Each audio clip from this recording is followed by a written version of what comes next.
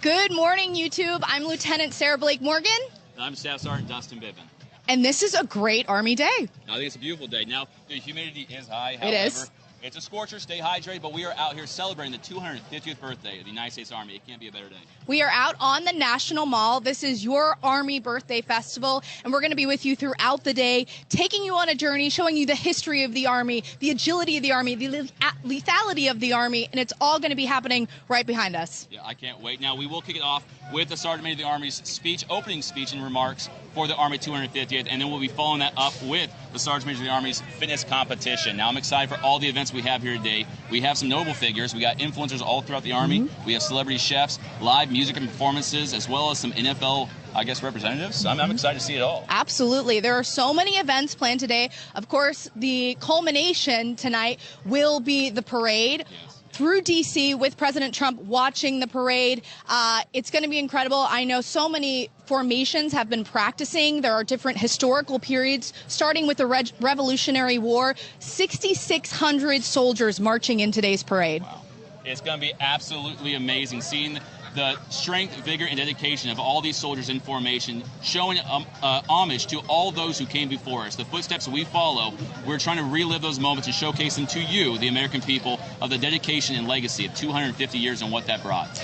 And what really makes sense is starting off a festival with a fitness competition. 100%. I mean, that's quite Army, right? A day that way. Absolutely. PT is free, as they say in the Army. So there will be 8 events that will be unfolding around 9:30. We'll be taking you through those. There are multiple teams that are trying to vie for the winner, the champion of this competition. But first, the Sergeant Major of the Army is going to speak. We're waiting for that to kick off in a little bit. I don't know if we could pan the camera over, if that's okay, just to check out what is happening right now. You have all the different teams in the fitness competition that are making their way over to the main stage to listen to the SMA kick off this competition. But hey, if you are out there, you are watching this feed and saying, I would like to come out to this festival. I want to see what the U.S. Army is all about. You can do that. 11 o'clock, this opens up to the public. Yeah, gates will be opening soon. If you have a team here who is competing in the Sergeant Major of the Army's fitness competition, please, in the comments, show your love, show your support. Tell us what it meant to you to wake up early in a community, PT with them, better yourselves for free, and relive some of those moments. Let's see what the Sergeant Major of the Army has to say.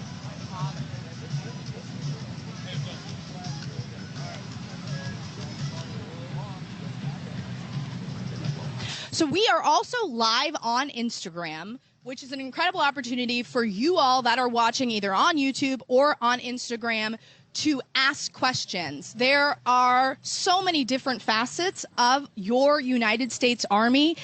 And if you have questions, we want to hear them because the experts are here. We have all the different divisions. We're kicking off. So we're going to go silent just a minute. Oh, we have momentarily. Okay.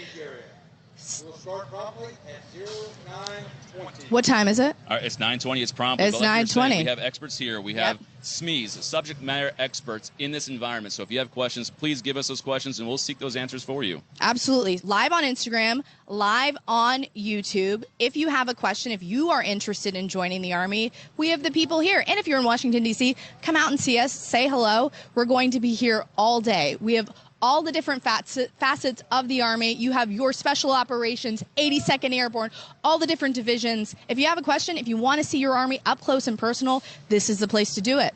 That's right. We're here from 9 till 1800. That's 6 p.m. So please stay tuned. After the opening remarks from the Sergeant Major of the Army, we will get back to you. Take care.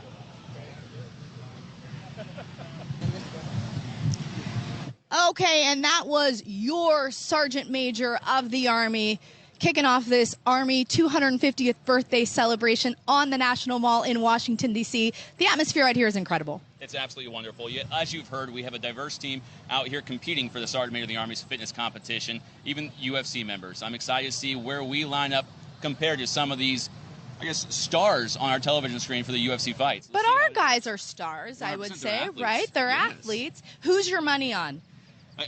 I got to go back to Force Comp. I enjoy the environment, and I have faith in their ability to PT until they become proficient at some of these outstanding performance, I guess, required events. Okay, we're going to shake on it right now. Oh, boy. Mine is on Team USASOC. Let's see what happens. Yes. Of course, I mean, Yeah. got to give a shout out to the boss. More importantly, though, what are your guys' money on? What's it on? What team do you guys represent? What team are you guys rooting for? Tell us in the comments. I'd love to hear. Absolutely. You could listen to us blab all day, but we know why you're really here. It's for those influencers, those Army accounts that you follow. You watch their reels come up on your feed and you laugh. I know I do. All day. All day.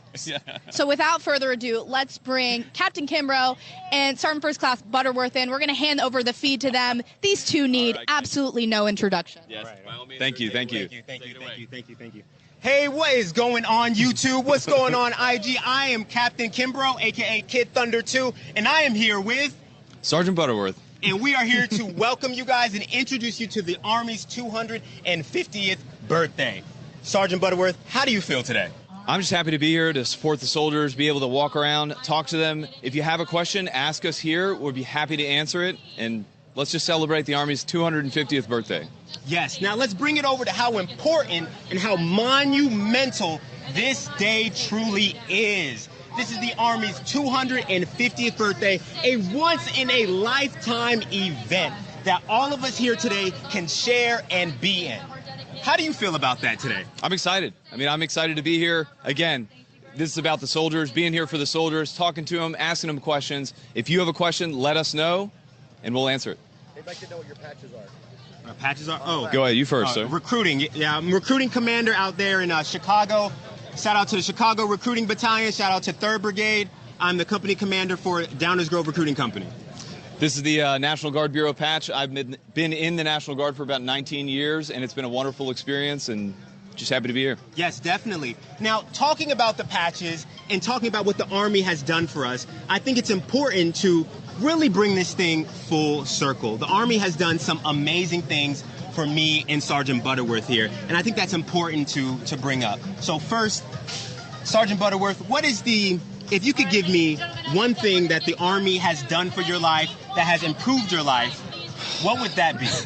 It's so much. I would say probably all of the benefits that I've gotten, my education benefits, the ability to buy a house with a VA loan, and then just the experiences. My most memorable experience that I've had was going to the Virgin Islands during the hurricane to help rebuild. We rebuilt a church, a school. We got to hand out food, water, do humanitarian aid, and that was something I will never forget for the rest of my life. Wow. How about you, sir? Wow. So speaking on that travel aspect, the Army has done amazing things for me. In my first 4 years in the Army, I was able to travel to 16 different countries, Wow. learn 3 different languages, and do missions with different armies. I was cross-cultural. I got to learn a ton of different things. If you're thinking about joining the Army or want to join the Army, this is probably one of the best decisions you could ever do. Somebody asked in the comments, is that a CIB? But then somebody also asked, what does a CIB mean? It is a Combat Infantryman's Badge. It's a award that you can earn. Yes. I do also have badges, but they're not on this uniform, but I'm also airborne and I'm rigor qualified as well. Great, excellent. Awesome. I guess some of your boss wants to know, what made you guys join the Army? Ooh, you want to go first? Okay. So I come from a family of everybody's Navy. Mom's Navy, dad's Navy, uncles, aunts, everybody's Navy. But you know what? I kind of wanted to be a black swan, right? I wanted to push myself out of my comfort zone and really grow and learn. And that's something the Army has truly brought me. Okay, Sergeant Butterworth, what about you? So for me, it was the events of September 11th. I watched that happen on TV in my chemistry class in middle school. I watched that happen. I came home. I knew immediately that I wanted to serve the country in some capacity. My dad was in the Navy. My brother was in the Army National Guard, and I just decided the Army was the best fit for me, and it's been a great experience. Yeah, definitely, 100%. We're going to go to the fitness event. Okay, and that is it for us, guys. Now we're going to transition over to the Army Fitness Competition. Let's do it. Okay, so there are a lot of events that are going on here today. I could try to pretend like I know what I'm talking about to walk us through all the events. Do you know? So I know we'll be having the Army Fitness Competition, the Sergeant Major Army's Fitness Competition. We'll also have some NFL drills going on. right over here beyond the field. But again, as we go through the schedule today, we'll be introducing you guys to each of these events, showcasing to you live from a point of view that not many others get to see. It's live folks here looking on, but you'll get an inside look at each of these events as they take place. I'm not going to try, but I do have someone ready, prepped and ready to go, who's going to walk us through all these events. It's another person that needs no introduction. She's someone that you probably follow at Queen Baby. Come on in here. There we go. All right, hey, you can take my mic. Go ahead.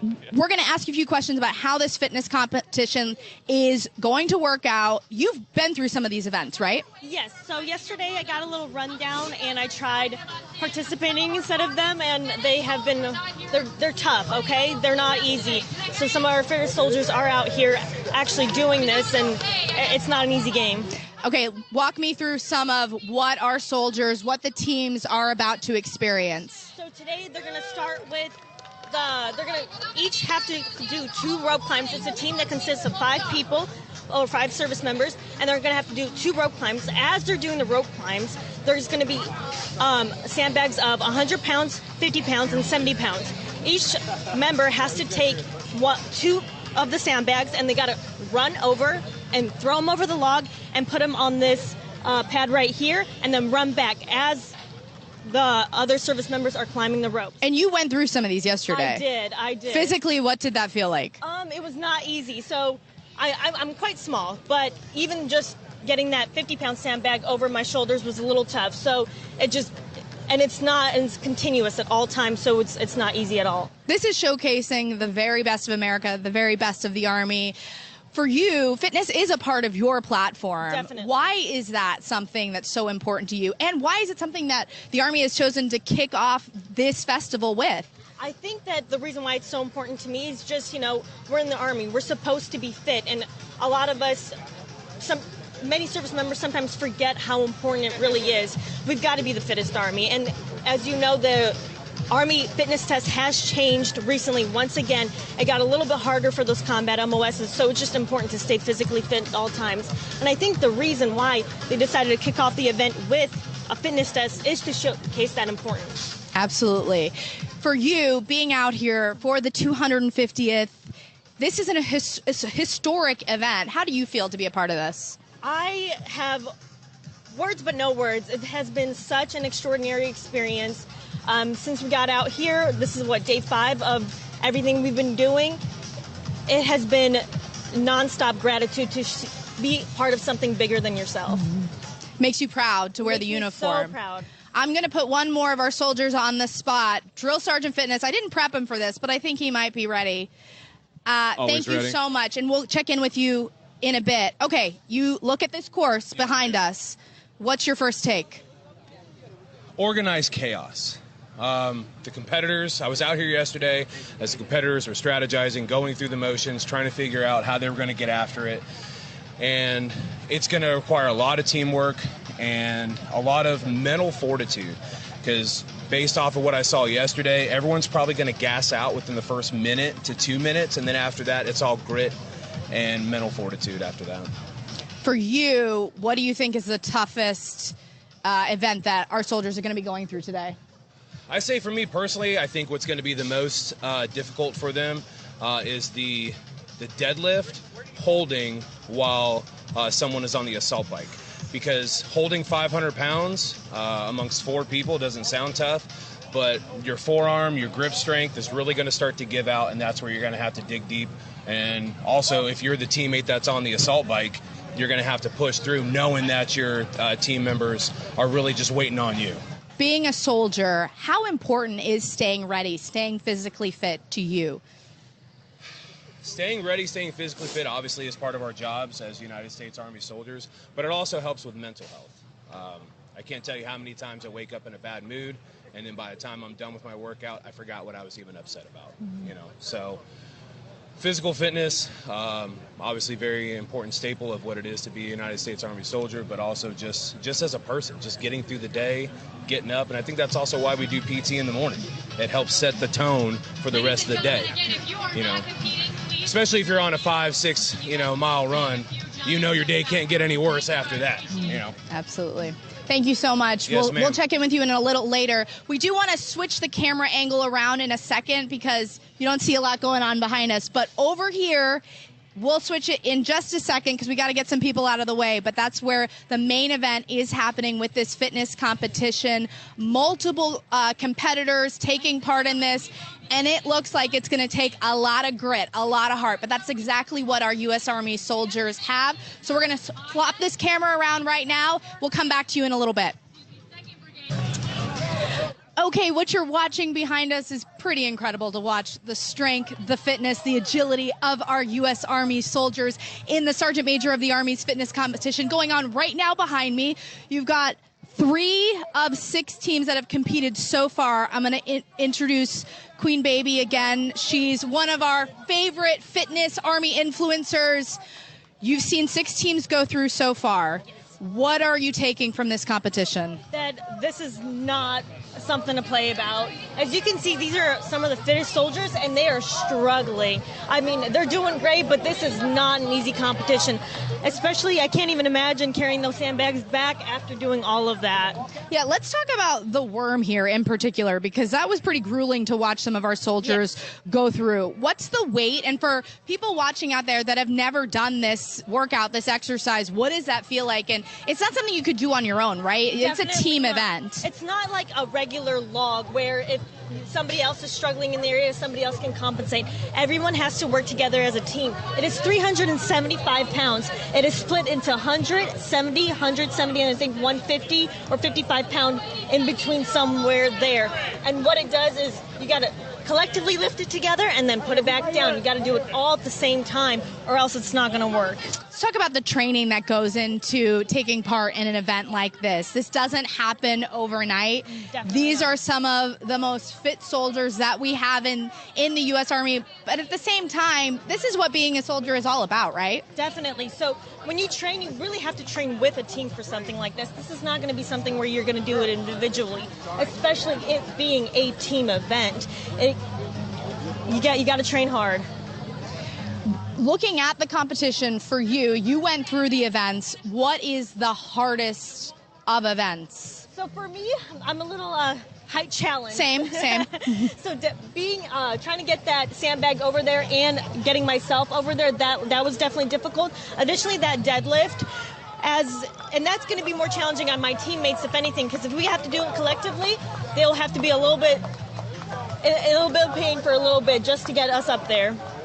But this is a proud day to be a soldier. Do you feel proud to be here to represent the uniform? Yes, I'm not in uniform, but I am so happy to be here today. And I think this is the most greatest branch in the United States military. So happy Army 250. I hope you guys enjoy it. Thank you so much for joining us. We'll get you back in a little bit. Another thing is, though, if you are watching this live stream on our U.S. Army YouTube page, you can come out here. If you're in the Washington, D.C. area, the festival is open at 11 a.m. You can come and meet your United States Army. That is what this is all about. Get up close and personal with your soldiers, your Army. See what we are all about, what we do, the myriad of jobs that are available to you. And this is just a taste of it. Pretty soon, we're going to get one of our teams that just competed, just went through the shoot. Our Army Special Operations Command team is going to come over. We're going to get a debrief on how that actually felt going through, because I wanted to give them a few minutes to just have a breather, because as you see, this is a tough event. It takes grit. It takes determination. But that's what being a U.S. Army soldier is all about. Stand by for a few minutes, and we'll get them over to you in a bit. All right. Perfect. All right, how's it going, team? I'm here with the Sergeant Major of the Army after having just competed in his very own fitness competition. Now, Sergeant Major, how do you feel? Right now, I feel much better. Right afterwards, I felt smoked. Yeah. Now, what does it mean to operate in this kind of fitness challenge? This is your challenge, so break down kind of the purpose behind this. It seems really built on teamwork and kind of the support of one another. Yeah. What's that mean to you? Yeah, we fight and win joint, but we also don't fight and win as individuals inside our services. And for us in the Army in particular, we fight as teams, squads, platoons, and companies. And so we wanted a true fitness test to where you're not going to win. You're not even going to come close to placing if all 5 people aren't fit and have a will to win. Because after you get done with that assault bike and the deadlift, it's all will. Who wants it more? Yeah. Now, Sergeant Major, to the soldiers out there who reach that wall during our ACFT, now the AFT, there's a wall you hit at some point during it. Yeah. Now, what's the mentality to get you past that? Purpose. Yeah. Like, you got to understand why we exist. It's no different in life if you want to be flip and be super serious for a minute. I mean, we all find ourselves in that place in our personal lives too. What in your personal life, what helps you push past that wall in your personal life? It's the same thing in our profession. You got to want it. You got to believe in something bigger than yourself. You got to be, you got to feel valued. Like, you can't win out there if you don't feel like you're a valued teammate. 100%. It works in life. It works in our profession. I love that, Sergeant Major. Now, Sergeant Major, we are here celebrating the Army's 250th anniversary. Yes, we are. Now, is there a message to the force and to those who have served and continue to serve and maybe will serve that you'd like to give as a Sergeant Major of the Army? Yeah, 250 years. It's pretty stinking special. 53 years old. I've been associated with the Army all 53 years because I'm an Army brat. I'm pretty proud. But that makes sense because I got 53 years. What we're trying to do today is we're trying to let America know how proud they should be of their Army and the 250 years associated with it, and let people know they can come join this team. 100%. There's opportunities for you. Yeah, 100%. And we actually have a recruiting booth right across the way, just here. So if you are in the area, you would like to join service, benefit from the opportunities and programs the Army has to assist you in achieving your life goals, we're here for it, right, Sergeant Major? Absolutely. And I don't know, pretty awesome purpose to serve your country and this Constitution. 100%. All right, thank you, Sergeant Major, for your time. You bet. Appreciate it. Yeah, it's an Thank you honor. so much. Thanks. Congratulations. You out bet. there. Happy birthday, Army. Thank you. All right, team, we're back again. My name is Staff Sergeant Bivin. I'm here with Mr. Miller and Lieutenant Colonel Will. Now, this is a very interesting moment right now. Lieutenant Colonel, you were on the team with the Sergeant Major of the Army, is that correct? Yes, yes, sir. All right, and 2 days ago, what was your rank? 2 days ago, I did not have a rank. Okay, good. That's why you commissioned just yesterday, is that correct? Yes. All right, so that's a very unique opportunity to not only commission, but the next day be with the Sergeant Major of the Army on a fitness competition. Now, you may think, okay, well, too easy. He must be in a profession that encourages this athletic build of yours. Now, what do you do? I'm the Chief Product Officer at OpenAI, so I work on ChatGPT. That's very impressive. That's something that's now taken over kind of just every aspect of life. I love it. Now, coming into the Army as Lieutenant Colonel, what are your plans or what is your motivating factors? I want to take the stuff that I've learned in the private sector and continue to learn and use it to help the mission however I can. Yeah, not too easy. Now knowing that, what is your continuous goals? Now you got 5 years, 10-year goals. What are yours? I mean, first of all, I assume we're doing this every week, right? I'm out here on the mall every week. This was a blast. Yeah. But honestly, I got a lot to learn. I'm inspired by all the folks around here every day. It's incredible, and I just want to come in and help however I can. Yeah. Now, participating in an event like the Sergeant Major of the Army's Fitness Challenge, what were some of the key takeaways? The whole thing is about teamwork. The events here are designed. We're holding a deadlift while our teammates were on an assault bike. And the longer you take on the assault bike, the longer your buddy's got to hold the deadlift. So everybody's motivated to go as fast as they can. And, we pulled it off. We won our heat. What more can you ask for? Yeah. Now, Mr. Miller, you can speak on the program. Is that correct? I can. Now, can you explain a little bit about it to us? Absolutely. So, good morning. I'm Alex Miller. I'm the Chief Technology Officer for the Army. So, we stood up Detachment 201 as the Army's Executive Innovation Corps to do exactly what Kevin was talking about.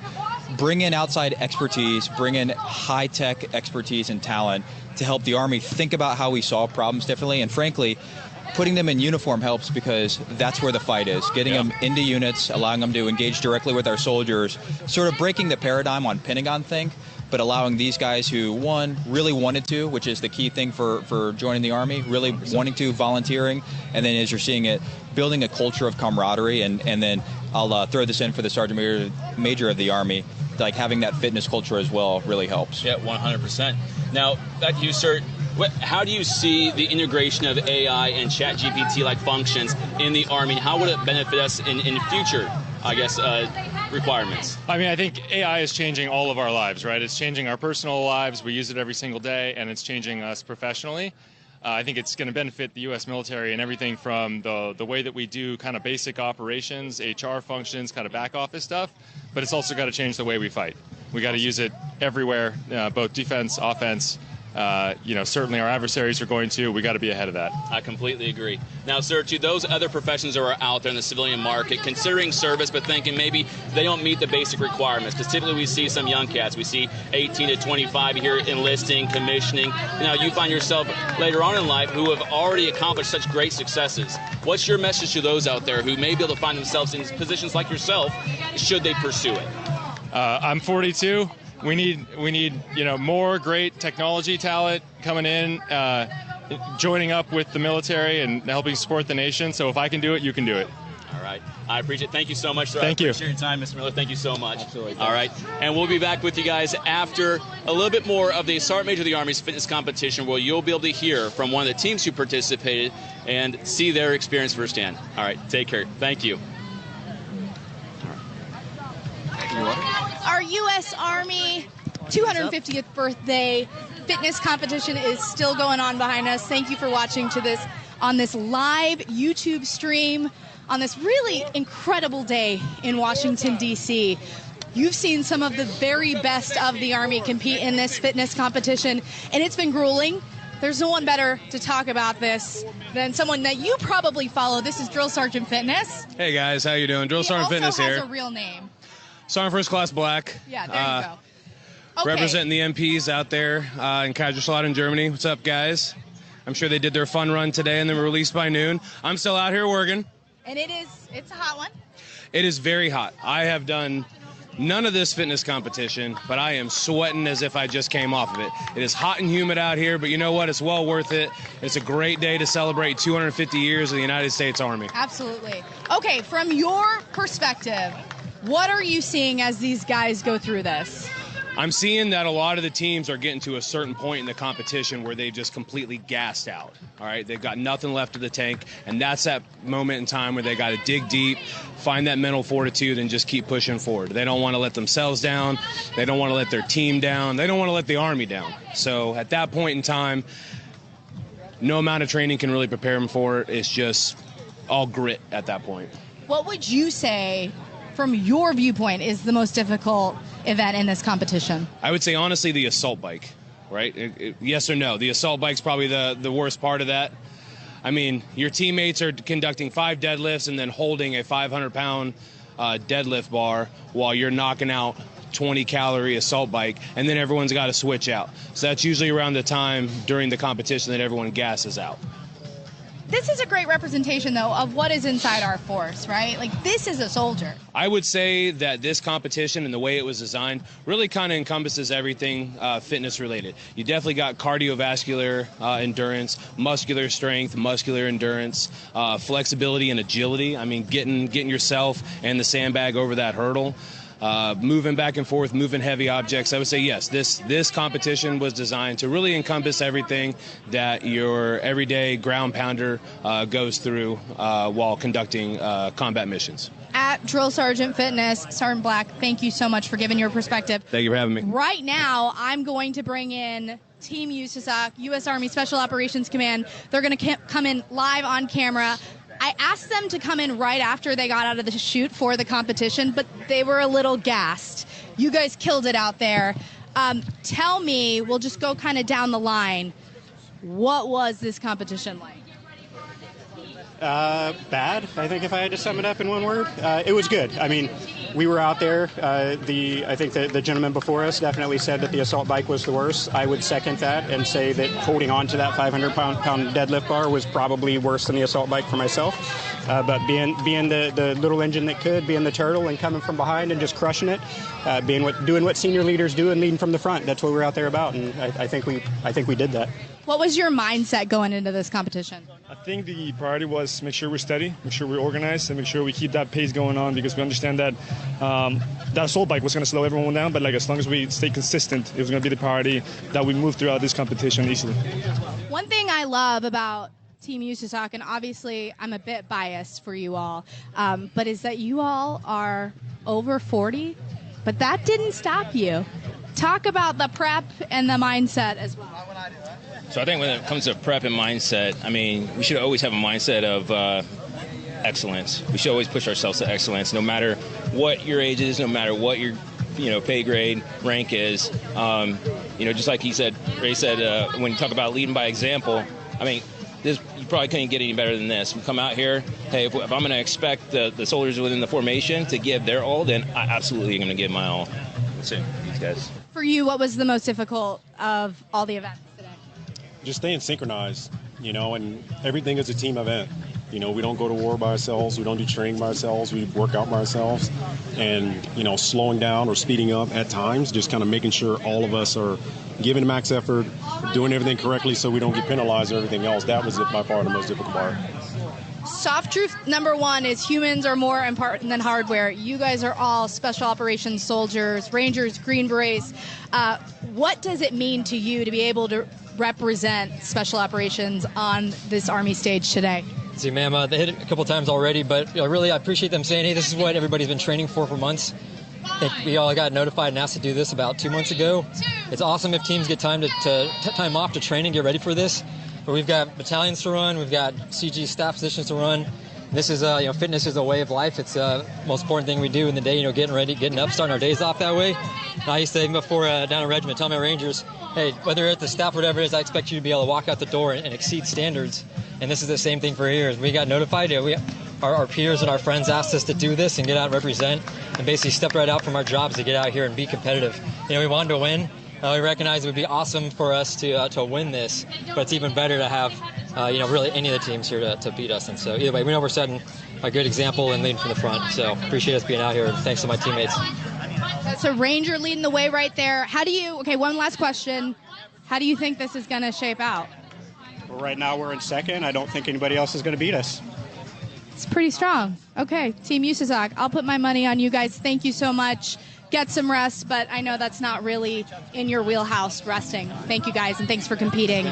So we still got a little bit of competition left to go out here on the National Mall in Washington, D.C. as we celebrate the Army's 250th birthday. This is an incredible event. 11 a.m.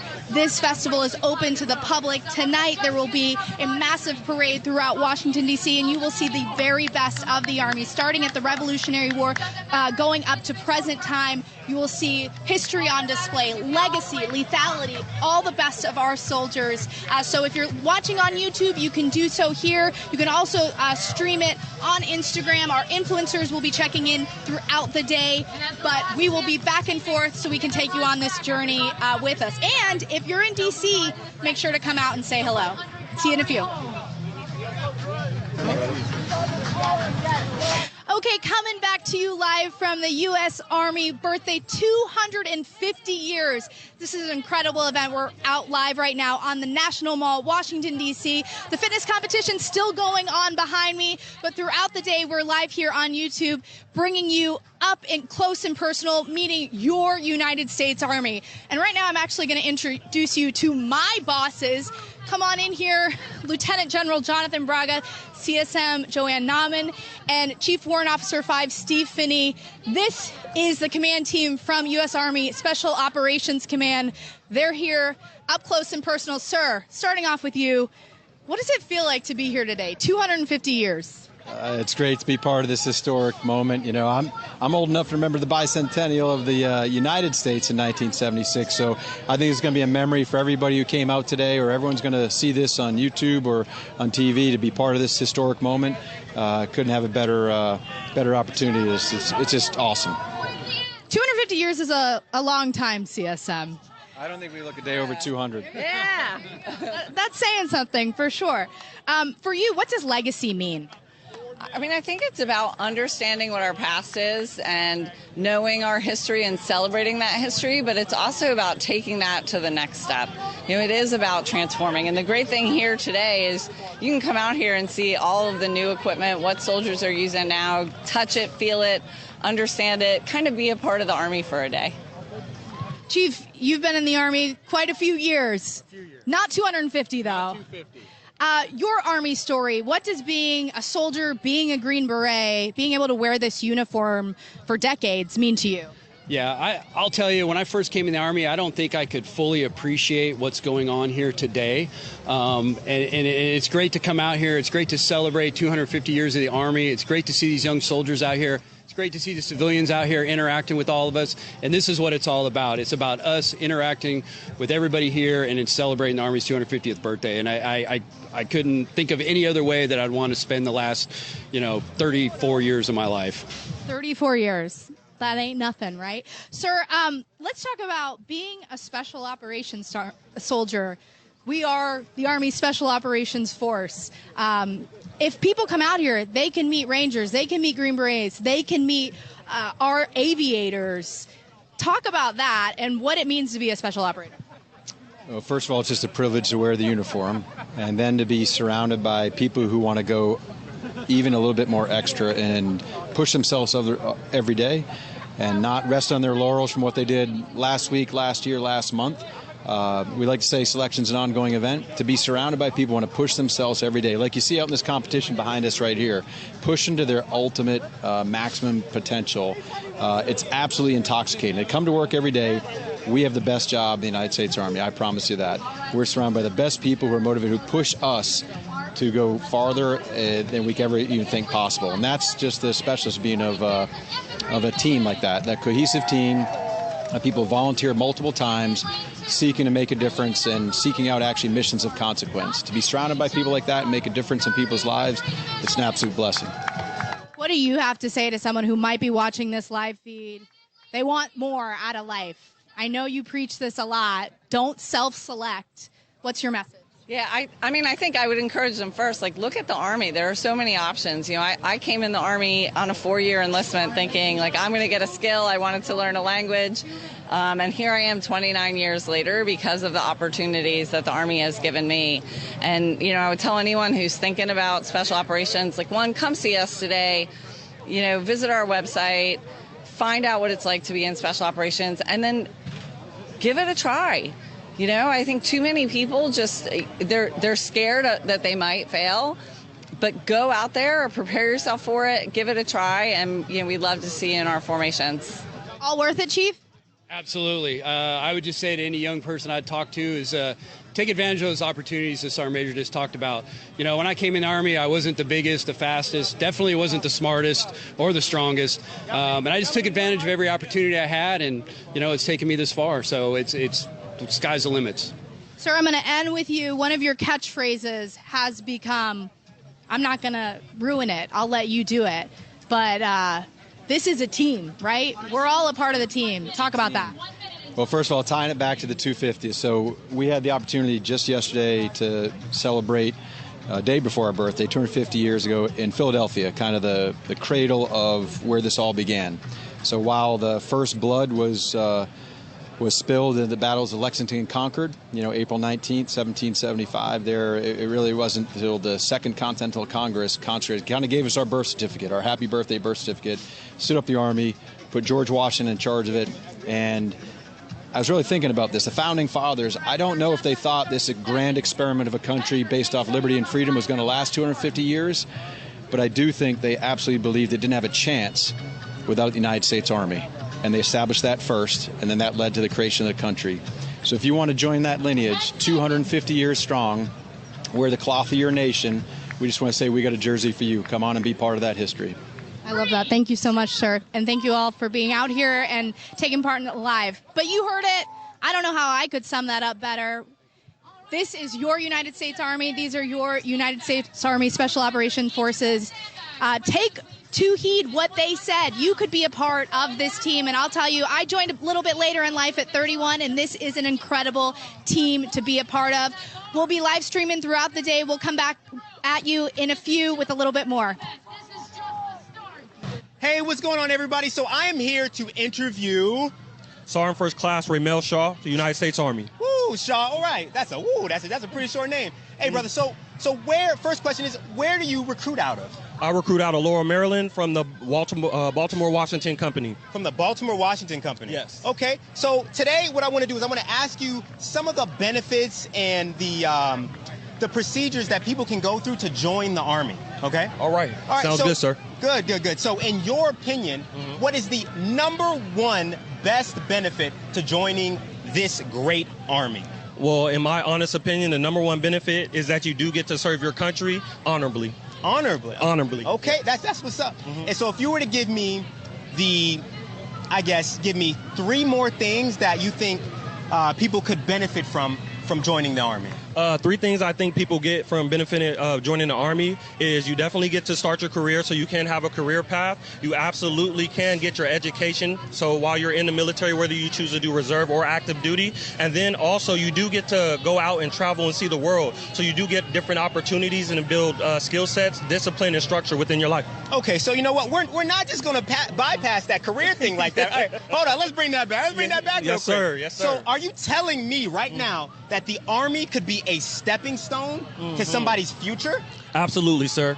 Okay. Absolutely. So how can people use the Army as a stepping stone to benefit themselves towards their goals? So one of the benefits and the stepping stones they can use is, let's say somebody wants to do IT. We have multiple IT jobs, logistic jobs, medical jobs. If you use the Army, you can do your 3 years time in service, right? You get to choose joining the military. So it's one of the things that the Army has as a first stepping stone to building your career. Whether you do your 3 years and get out, you can continue that on in the civilian world. That's great. You know, and it's funny you bring that up because a common misconception is that the Army is only combat jobs. So you're telling me right now that there's more than just combat jobs? There's more than combat jobs. We have over 150 plus career jobs you can do in the Army. 150 jobs? 150 plus, sir. Oh, so what you're saying is somebody that's looking to join the Army can just walk right into a recruiting station and a recruiter can tell them about all these jobs that they have? Yes, sir. Okay, woo, okay. Yes, so sir.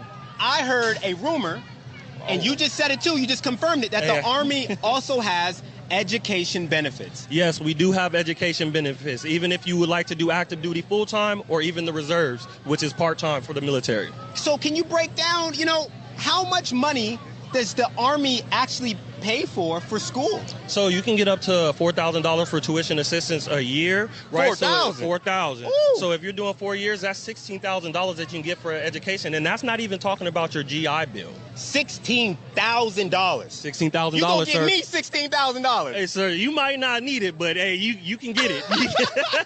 That's good stuff. That's good Absolutely, stuff. absolutely. So tell me about this GI Bill. What is the GI Bill? I've never heard of this thing before. So once upon a time, right, so soldiers decided, we do need to get our education right. We need to be smart, intelligent, absolutely, when we're serving the military. So what the military did was offer education benefits for service members, whether you are currently active or serving, or even if you get out as a veteran. So you can also still get your education paid further for within the military. So does the GI Bill cover tuition?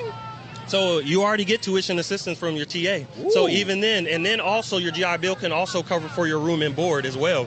So you gonna pay me for housing now too? Hey, look, hey. Don't sweet talk me like that, man. Don't sweet talk me like that. Gotta get it, right? Gotta get it. Okay. So I mean, you also did mention that I can travel in the Army? You can travel in the Army, and which is also a big misconception with the Army. So yes, you will go anywhere in the world where the Army says you need to go with active duty, but in your own free time, we do get paid leave and time off, PTO for civilians, right? Okay, so I get paid time off? You get paid time off. How many days do I get a paid time off? So you can get up to about 6 weeks worth of paid time off. 6 weeks off? And this is not even including our vacation time. The time off for the holidays. So that's Christmas, Thanksgiving, Martin Luther King's Day, President's Day. Woo! I mean, 4th of July. We got to represent 4th of July.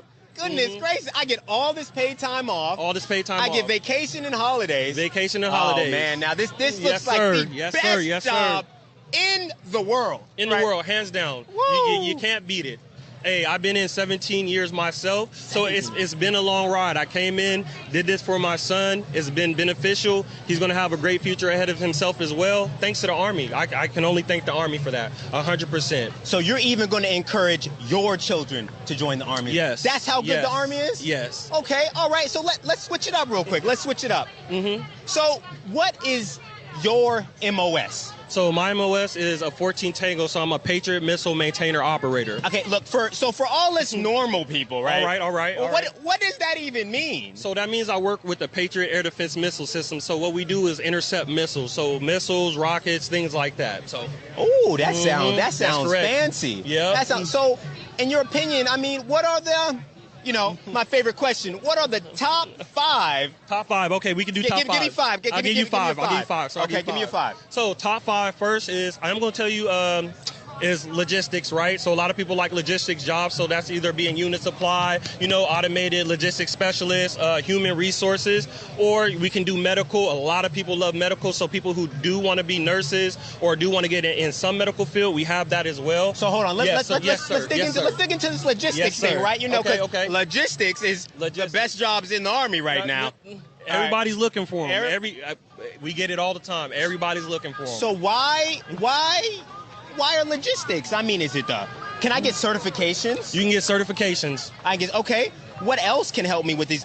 Wait, hold on. I heard that you can get stationed almost anywhere in the world with logistics jobs. You can, absolutely, 100%. So that could be here in the United States, that could be in Korea, that could be in Germany, that could be in Japan. It don't matter. Woo, Wherever we are, logistics is needed. That's 100% some good stuff. Everywhere. Absolutely, That's some good stuff. Absolutely. All right, so let's break it down. You said medical jobs are next? Medical jobs. Okay, medical so jobs why are next. medical jobs? So a lot of people want to get into the medical field, right? But it's really hard to get those certificates and everything. So what the Army does is, hey, you come in and you do your medical career.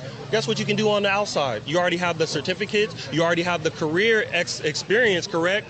And look, you can still do college while you're in, so you're also getting the double benefit of the education and the certificates and the experience. So it makes you so competitive when you go out here into the working world. So goodness yes, gracious, sir. Man, you made me want to join all over again. Hey, come on, sir, we can do it. Okay, we can do it. While we're talking about joining, yes, could I join the Army with? What if I'm not a citizen?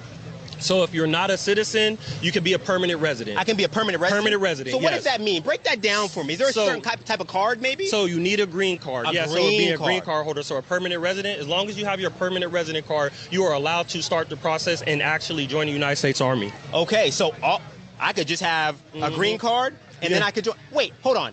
So can I get citizenship through the Army too? So here's the surprising thing that many people don't know. Tell me. You can get the accelerated citizenship process started. So that means once you do join the military, right, within 6 months to a year, you'll be a United States citizen. 6 months to a year? You'll be a United States citizen. That's all it takes? That's all it takes. So let's say you got your green card today.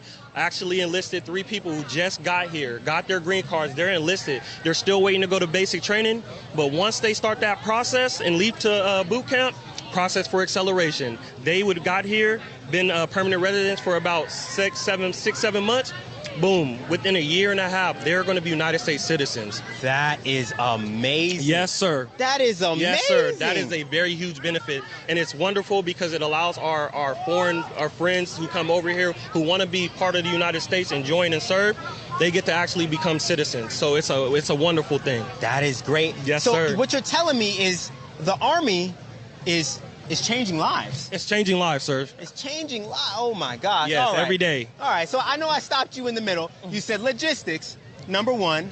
Medical, number 2. All right. Give me your third. Lay it on me. All right. Give me your all third. right. So the third one is IT. IT. Okay. Now why IT? So IT is. Come on, we're looking at the future now, right? Okay. So look, technology's changing, technology is advancing, also from multiple threats. So we definitely need those people who want to come in, serve in the IT field, whether that be in electronic warfare, information technology, or communications. Hey, we need those people that want to come in and help defend the nation from another war that we have to fight through the cyber side. So basically what you're saying is IT is the future.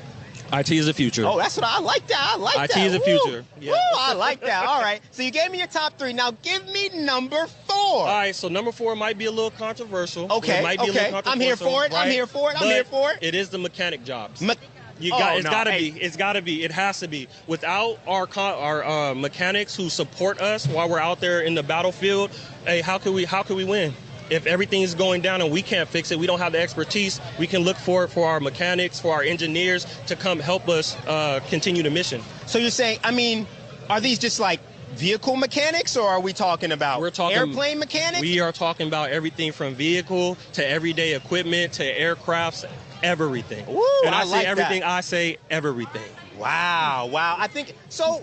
On average, how many mechanics do you think really go in and join the Army from your office? From our office, so we are a very busy office, right? So if I had to say on average, thinking about it, because IT, like I said, IT and medical do and logistics take that over, I'm going to say about 30 to 40% come in that want to come in and do the mechanic side because they want the skill set. They want to have that when they get out of the military, which is good because they're forward thinking. So I can come in even as a mechanic. Can I use my tuition assistance? You can use your tuition assistance. Can I also use my GI Bill? You can use your GI Bill. So what it sounds like what you're telling me is no matter what job I pick in the Army, I can use all of these benefits. You can use all of your benefits. Oh yes. my gosh! Like I just want to join so all. I do got to give a caveat too, sir, right? Okay, lay it on me. So, do your 3 years. Your 3-year minimum is required, right? Especially because we didn't even talk about the VA loan yet as well. So you want those full-time benefits as well. When you do get out, do your 3-year minimum. That's it. 3-year minimum. 3-year minimum. That's all I need for the GI Bill? That's it. Do your 3-year minimum. Okay, okay. And this also includes the reserves. Many people get worried that, hey, I'm not going to receive these benefits because I'm only doing part-time. Hey, it's all still one team, one fight. So you do your part, you're still going to receive these benefits. Just got to put this time in. Okay. Now I like it. Okay, now give me number 5. Give me the fifth best series. All right, so I'm going to hold it down. I'm going to say it's for my 14 series. Let's go 88. 14 series. Okay. Let's go air defense, all right? All Let's go right. air defense, all right? So tell me, what are the options on the civilian side that somebody can do if they join as a 14 series air defense? So a lot of people who do join in this side end up getting into the warrant officer field, right, which helps you become a subject matter expert, right? Or even if you become an NCO, you're going to get to build that leadership skill. You're going to understand the Patriot missile system. You're going to understand electronics. You're going to understand the communication side as well. So when you take that to the civilian side, a lot of people like Lockheed Martin are looking for these type of people sometimes, right? I don't go quote me for Lockheed, but a lot of people like to try to get into that. And the crazy thing is that people don't know that 14 series, every single 14 series come with a secret security clearance. So even if you say, hey, I'm just a 14 Tango, hey, we pack stuff up, we get the system ready, but guess what? You have that secret security clearance, which a lot of people show that you have the trustworthiness to be able to be an employee for somebody in the civilian side. Oh, yes, sir. I like that. Yes, sir. So now let's move into, I say, the less common benefits of the Army, right? So let's talk about the VA loan. VA loan. Yeah. So many people don't know. What is the VA loan? So the VA loan is, let's say you're trying to start a business or you want to get a house or something like that. This is an interest where you can get that 0% interest where you're looking to put down on a house or something or a business, right? A lot of people say, hey, I want to start a business. I need some help.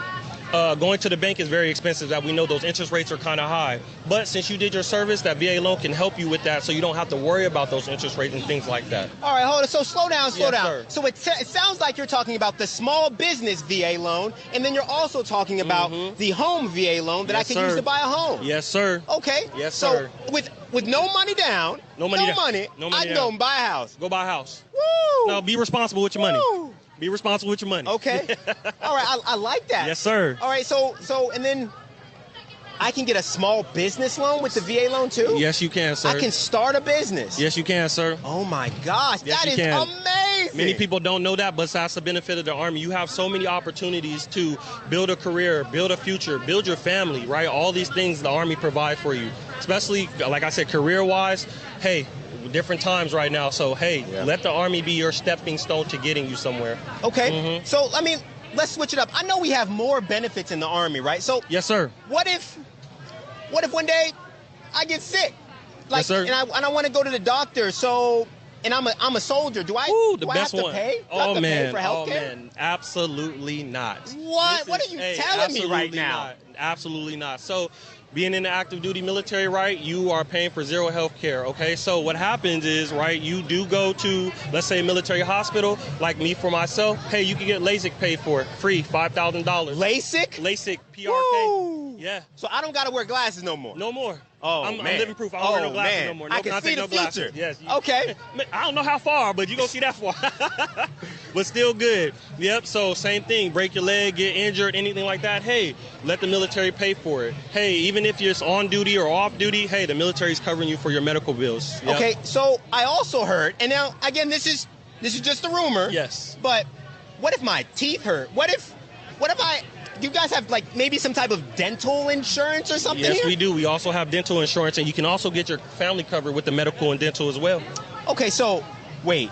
So the Army will cover not just me, but my whole family? Your family, yep. My whole family. Yes. So my whole family's covered. Yes. Oh my gosh. Yes. Oh my gosh. So you know what?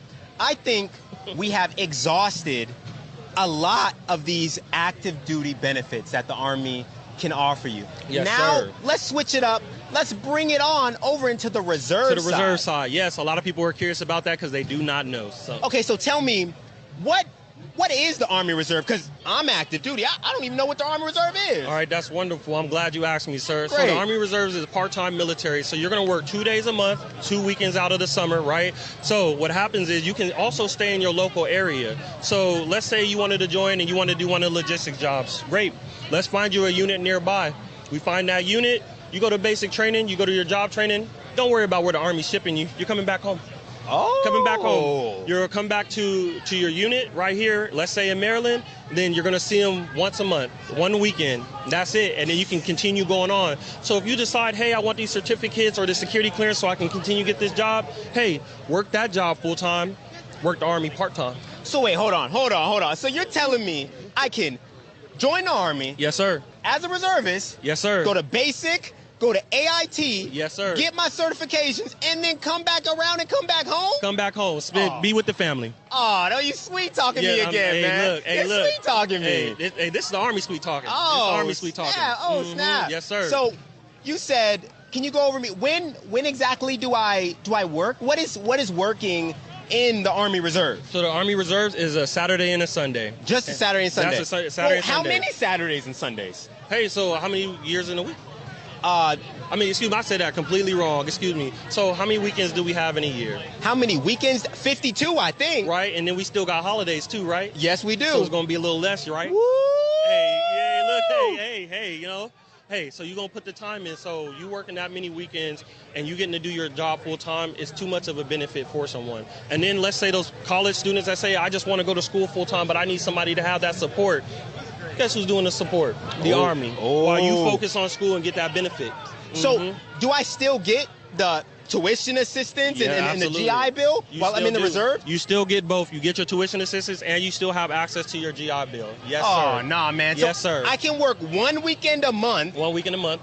Is there any weeks in a year that is there any type of training that I have to go to in the Army Reserve? Hey, that's up to the unit, which I won't specifically know as a recruiter. Yeah. But when you get to your unit, they'll fill you in on how their work balance is, and then you'll just go from there with that. Mm-hmm. Is there any options? Let's say I'm in the reserve and maybe I want to go active duty at one point. Are there any options or forms I can fill out to possibly go active duty? Absolutely. Really? Tell me more. So let's say you decide to join the reserves, you do your 3 years, you're saying, hey, I'm 2 years in, but things change. I want the full-time experience of being in the Army. You can get a conditional release, which is called a DD Form 368. Get that from your unit command, right? From the very top, right? They have to release you. If they release you from your unit, then come on over to active duty. Smooth transition, smooth process. Wow. Yes. No taking the ASVAB again, no doing the physical, nothing. Just, hey, straight to active duty. I love that. So even if I change my mind, I can switch from reserves to active duty. Yes, you can, sir. Oh my gosh, that is can. just amazing. Yes. So are there any other active duty benefits? Are there any benefits that are specific to active duty, or can I get everything on active duty in the reserves as well? So there is a difference, right? Okay. So with active duty, let's say full medical, right? Tuition assistance still paid for, full-time pay. So for people who believe that, hey, I'm going to be in the reserves and receive full-time pay, wouldn't necessarily be fair since you're only working 2 days out of a month, correct? So with the reserves, the medical is 50%, right? Okay. So your 50% discount, the same for the dental on that side. But the beautiful side is the education does not change. Wow. Yes. The education Wow. side does not change. So if you, like, a lot of students will come and say, hey, I would like to join the Army. I can't do school full-time if I'm in the active duty, so we suggest the reserves. And some people say, hey, I would like to still pursue a career, but I'll do school part-time. Many active duty soldiers have gotten their master's degree while being in. Wow. So that's a misconception. You can still get your education while you're active duty. It depends on the person and how hard you're willing to work. So I can get a bachelor's and a master's degree? Yes, you can. Woo! Got to put the work in. Goodness gracious, goodness gracious. So, all right, so let's keep going. Let's dig a Absolutely, little sir. deeper Let's into dig. the Army, right? Let's go. Let's all right, go. so we're going to talk about duty stations now, right? Duty stations, because yes. you told me that I can get stationed all around the world. All around the world. Okay, so in your opinion, what is the #1 best duty station in the Army? Whew, that's a good question. I've been a few places. I haven't been everywhere, so I can't say places I have not been, but for the places I've been, I love Korea. So that's just me. I love Korea. I love Osan. I love Kunsan. Korea is one of the best experiences I've had. Bliss is nice as well. I like Bliss. Was there for about 6 years out of my military career. Bliss? Yeah, Fort Bliss Okay. in El Paso, Texas. So Korea #1. Korea #1 hands down. Wouldn't change it for nothing. Are you about to tell me Fort Bliss is #2? Hey, I haven't been everywhere, so that's why I can't. So hey, Fort I Bliss haven't is #2? Hey, for me, because I haven't been everywhere. I only been to Fort Sill, so other than that, Fort Sill. So, Okay. All right. Now, #3. #3. Give me. We'll go through 5. #3. All right. If #1 is Korea, #2 was Fort Bliss. Uh-huh. What would #3 be? So from my experience talking to other people, a lot of people like going to Fort Carson. Okay. Or a lot of people also like going to Fort Bragg in South Carolina. Okay. Yep. And #5, from what, like I said, it's only my experience. Okay. Some people also like Fort Hood. I know Fort Hood got its own story, but it's now called Fort Cavazos. Okay. But a lot of people say that as well. Okay. Yeah. Oh, Fort Hood. Okay. So personally, myself, I have been to Korea and I have loved it, man. Loved it. I just feel like there are so many amazing things to do overseas. Yes, sir. So, is going overseas something that every soldier has the opportunity to do? Absolutely. Okay. Absolutely. So, I mean, do you think that every soldier can pick their job at a recruiting station? Is that even an option? Is there a number that coincides that maybe, hey, I can get this job and get this duty station? So I'm glad you asked that, sir. So when it comes to joining the military, right, and talking to United States Army recruiter, it is good to tell the recruiter you do have interest in certain career fields. But us recruiters, right, we love to be honest and transparent with our applicants, so we do tell them, hey, jobs are available by training seats and things like that. But some jobs do come with signing bonuses. Some jobs do come with duty station location. Some jobs do come with other options where you can actually go to airborne school, ranger school as well. Oh, hold on. We're not just going to switch up over that. Okay. Hey, all right. hey, So you're telling me I can pick my job in the Army? You can pick your job. Oh, we do not pick your job for you. You see your options based off of your ASVAB score. Woo! Okay. I like that. So I get to pick my job, and then there's even a possibility to pick my duty station too? There is a possibility. Wow, For that job, yep, you do have a possibility to choose where your duty station is. Not every job has that. Yeah. I don't want people to believe that. Of course. Yeah. So I don't think any other branch you could pick your job, possibly pick your duty station, and then wait, hold on. You told me we got bonuses? Got bonuses. Oh my! Got bonuses. What? We got bonuses. Got over bonuses. Here? Yes. All right. So yes, I can join the Army and I can get a $500 bonus. 500. Yeah, 500 is probably around the smallest I've probably ever seen. If that's small, that's small. What is big? So the biggest bonus I ever seen while being in recruiting is $50,000. $50,000? That is the biggest bonus I have seen, sir. Wow. Yes. So there's a possibility I could get a job, I could get a duty station, and a possibility I could get $50,000. This is correct, sir. Yep. Wow. Wow, Yep. the Army has a ton of benefits. A ton of benefits, a lot of options, a lot of things you can do.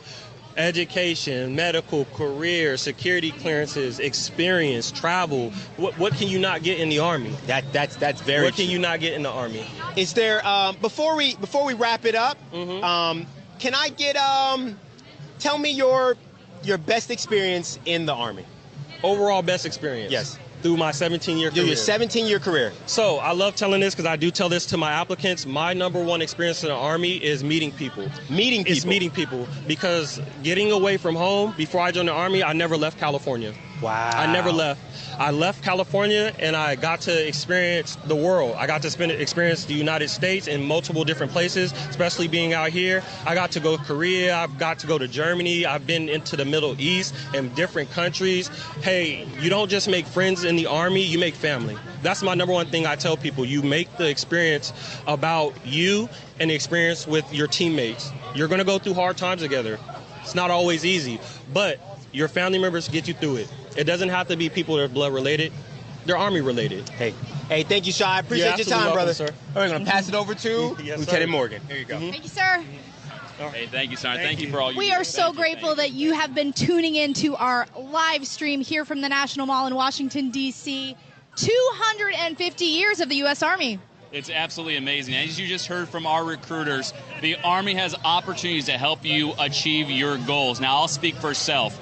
I've been in 13 years. I've been with my wife for 15 years, and we have 4 beautiful children. Now, all the benefits that we have been able to utilize through service have been the VA loan. I got my bachelor's degree, and we're a single income family home, but we make it work because the Army is just that great. I tell you, as a 46 Sierra, previous 91 Bravo, the skill sets, certificates, and knowledge experience I have gained in service is uncomparable.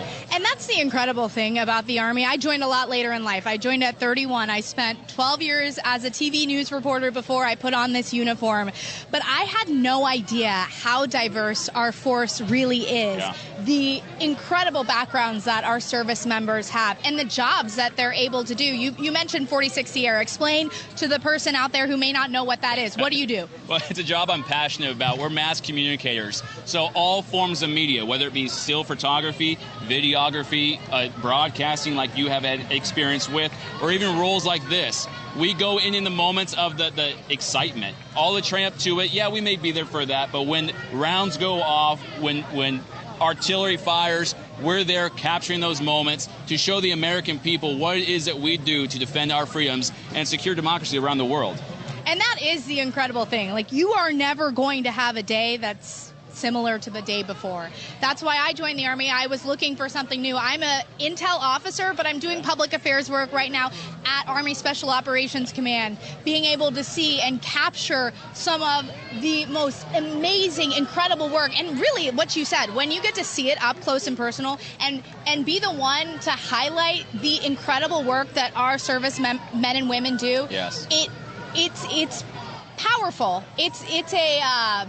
It's a gift to me that I'm the one that gets to tell the story, right? It truly is. And as the NCO had said, Sergeant Shaw, meeting people is truly, I think, one of the biggest takeaways from service. From folks all across the world, from folks who at one point in time weren't citizens but gained their citizenship through service, as well as those who just were across the nation who you never met, but you meet in formations. Now, the Army is small. I've ran into folks here today that I haven't seen in years. But seeing progress in life just come together, knowing that the Army was the foundation they built that progress off of, is huge.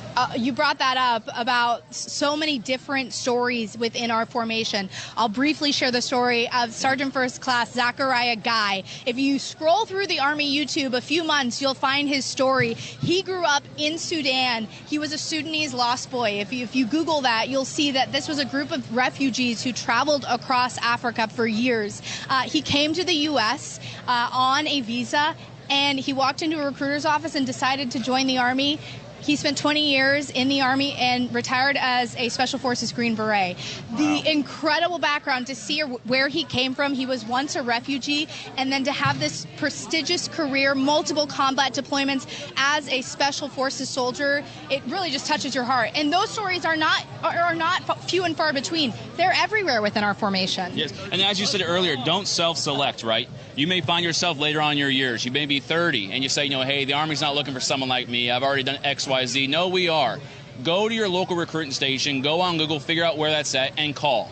Inquire. That's all it takes is asking that question. Then you're going to have a passionate recruiter on the other line saying, hey, I think we can make something work. What are your goals? And let me help you achieve that through service. It's an amazing opportunity. Hey, it changed my life. As I said, I was 31 years old when I shipped off to basic combat training, had a career that I loved, but I wanted something different, and it completely changed my life. Going to basic at Fort Leonard Wood and then Officer Candidate School at Fort Benning, it was a little different than the life that I was used to in Charlotte, North Carolina, very comfortable, but it gave me a kick in the tail and changed everything, and it's one of the best decisions I've ever made. And now you're here in Washington, D.C., celebrating the Army's 250th birthday. There we go. Here I am. All it takes is the question, the initiative. That's it. Yes. That's all and it is. If you don't go through with it, okay. But just, you never want to wonder what if. That That's was right. my thing. So I walked into the recruiter's office, and the rest is history. Hey, I love that for you. And like they say, this will defend, right? We are American soldiers here celebrating the 250th birthday of the United States Army.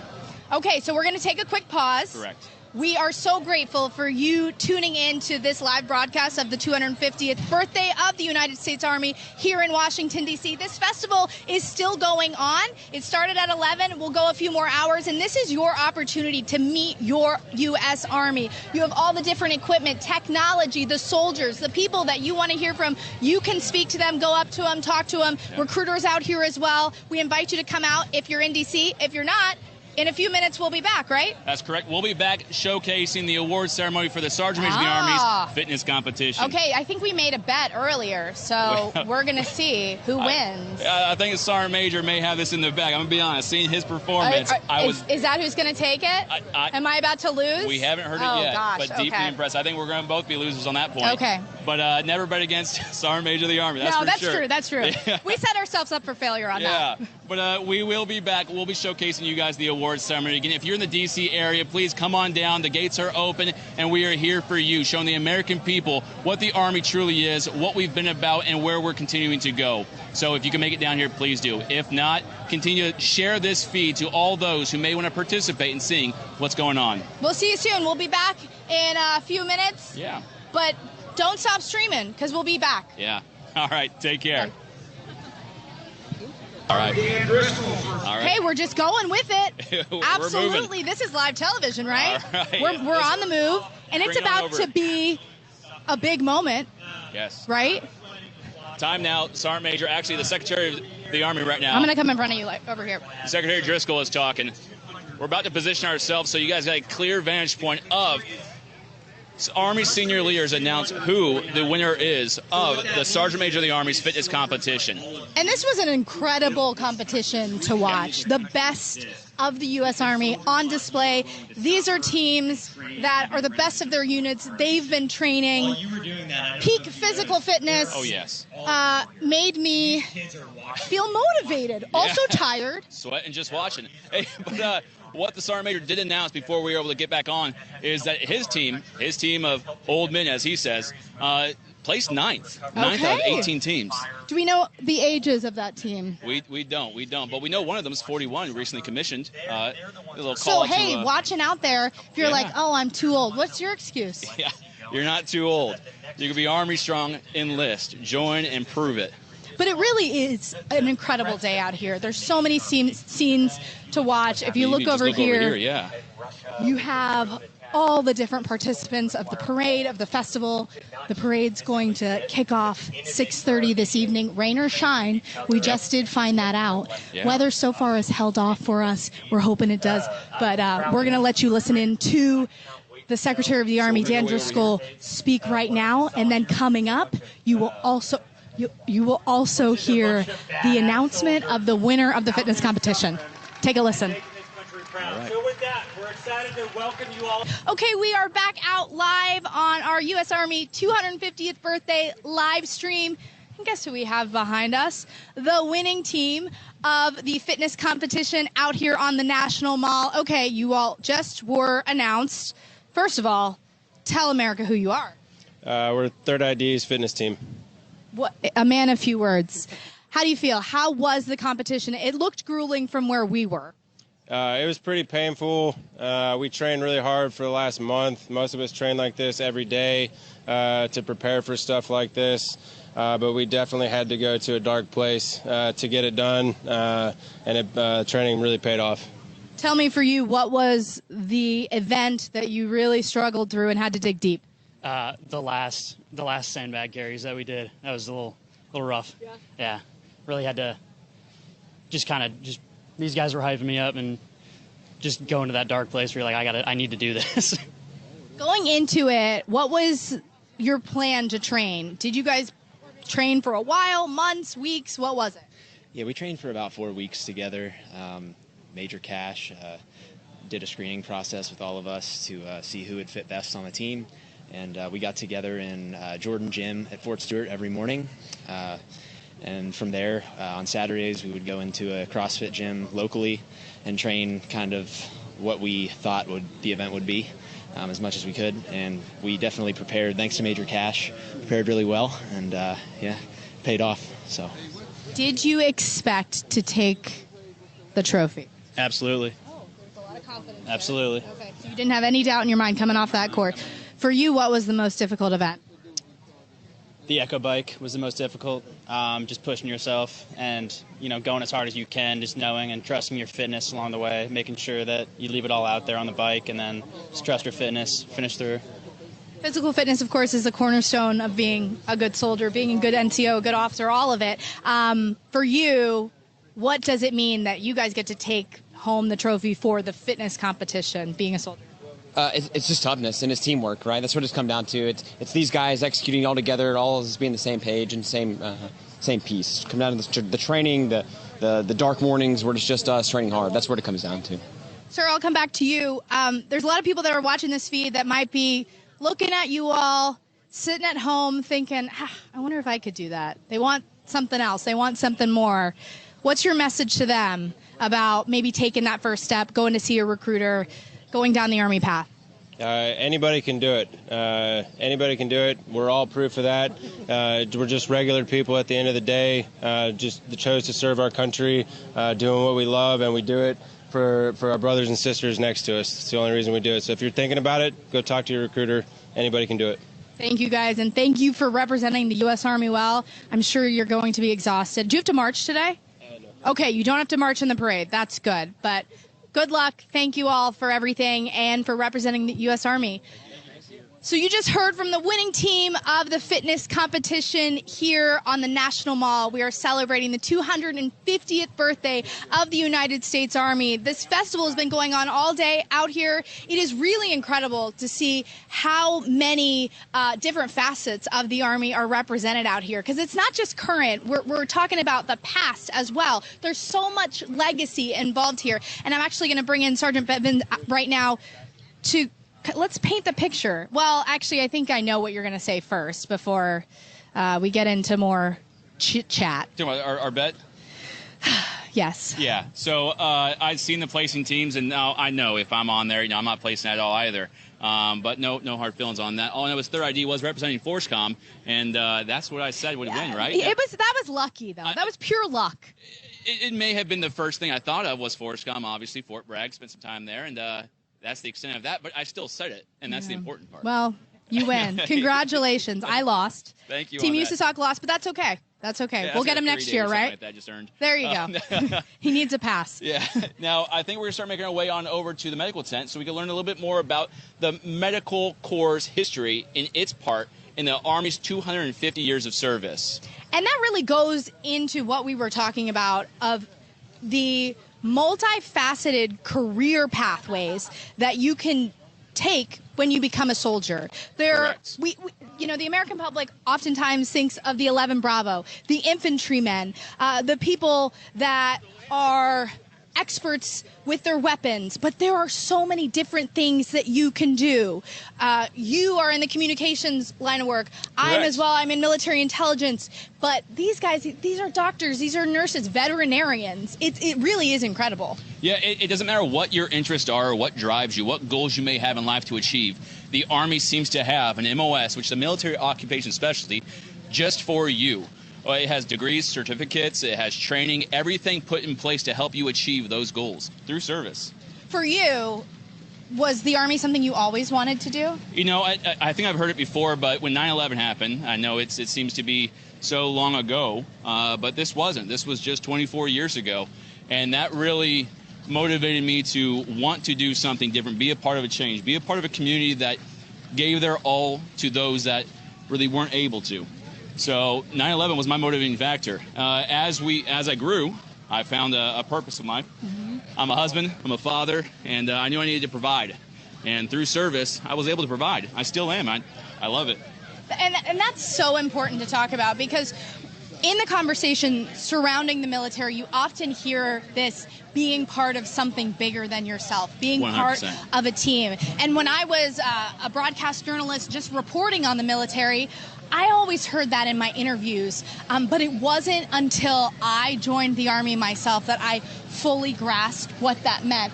Having someone to your left and your right of you that always has your back, and feeling like you are truly a part of an experience that is far greater than yourself. Yeah, I mean, for example, find me another employment where your direct supervisor reaches out on a Friday, hey man, if you need anything, let me know. Reach out. I want to make sure you're good to go. These safety briefs, you know, in service, we make jokes, right? Safety brief every Friday. But there's value to that. There's an investment into the soldier and their well-being from their direct line of supervision. That's huge. It is huge. It is huge. We're next to a giant Army truck, which actually, let's pan over and see, because I love the words on this truck. Turn potential into purpose. And so many soldiers out here can tell you that's exactly what they've done through their Army careers. One person that we want to talk to is the Medical and the Veterinarian Corps. I'm going to put down my mic. I'm going to leave it with you. I'm going to run and grab them. We'll have them in about, I don't know, you can time me, 30 seconds? We'll see. All right. Okay. All right. So we got 30 seconds to kill. Now, we are here again celebrating the Army's 250th birthday. Now, this is for you guys, the viewer. So please tell me, if you have served previously, what are some of your most fondest moments? If you haven't served yet, what are some goals you hope to achieve? And if there's a recruiter in the chat, please get with these individuals and let them know that there are opportunities out there to help them achieve their goals. Now, if there's a question directly you have for myself or the young lieutenant, let us know as well. We are here to answer your questions in real time. There's a slight delay. We may be engaged in an interview, but when there is time and it's brought to our attention, we'll answer them. Again, out here we have some of Army's most senior leaders. We have the Sergeant Major of the Army, we have the Chief of Staff, we have the Secretary of the Army. They are all out here. So if you've ever wanted to engage with even the more division-led leadership, come on down. The gates are open. We're here with static displays, programs, benefits, everything to inform you on what the service is and what the soldiers have to offer. Now, I'm not sure who was timing it because I lost count. But, I would say it was 29 seconds. I say 29 and a half. Yeah, that was close enough. I still got it. I still got it. Okay, so we were just talking about how there are so many different paths you can go down when you join the U.S. Army. And there's no one better to talk about than these two. This is Colonel Geeson and Lieutenant Colonel Watkins.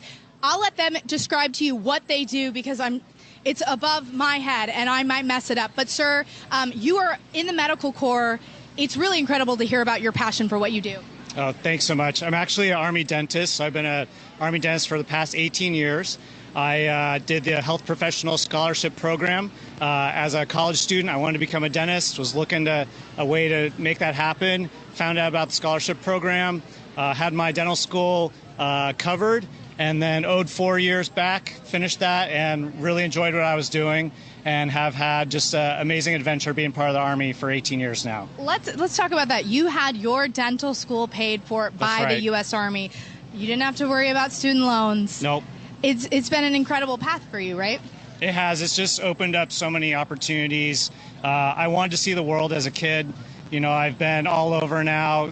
Just came back from 3 years in Germany, been to Korea, Kuwait, Afghanistan, Honduras, and all over the U.S. So just really have had a great career of treating soldiers, taking care of soldiers and family members, and seeing the world. Awesome. Ma'am, just to pivot to you, you have an incredible career to talk about. You piqued my interest because I'm an animal person, and if I could do it all over again, I might go down your path. Talk about a little bit about what you do. Yeah, so I think we actually, ironically, have two of our smaller specialty corps here representing Army medicine today. So I'm a veterinarian. I've been a veterinarian for 13 years. Came directly onto active duty, again, through the Health Professions Scholarship Program. You know, as a little kid, I probably had the same path that most people do, wanted to be a vet. Didn't really see how that was compatible with service and didn't see it in my future, but I ended up doing ROTC and found some veterinary corps recruiters there, realized that there was actually a future for me. So came on to active duty to serve my time following the scholarship, and I've been here ever since, enjoying my life. Talk about what a veterinarian for the Army, or someone that's a vet tech, someone that's support, what are you doing day to day? So I think probably the most forward-facing mission that we have, obviously, is the animal care that we do. So the military working dogs are probably the forefront that everybody sees. Obviously, the Army employs horses as well, and you'll see that represented in the parade today. So we do the care for them.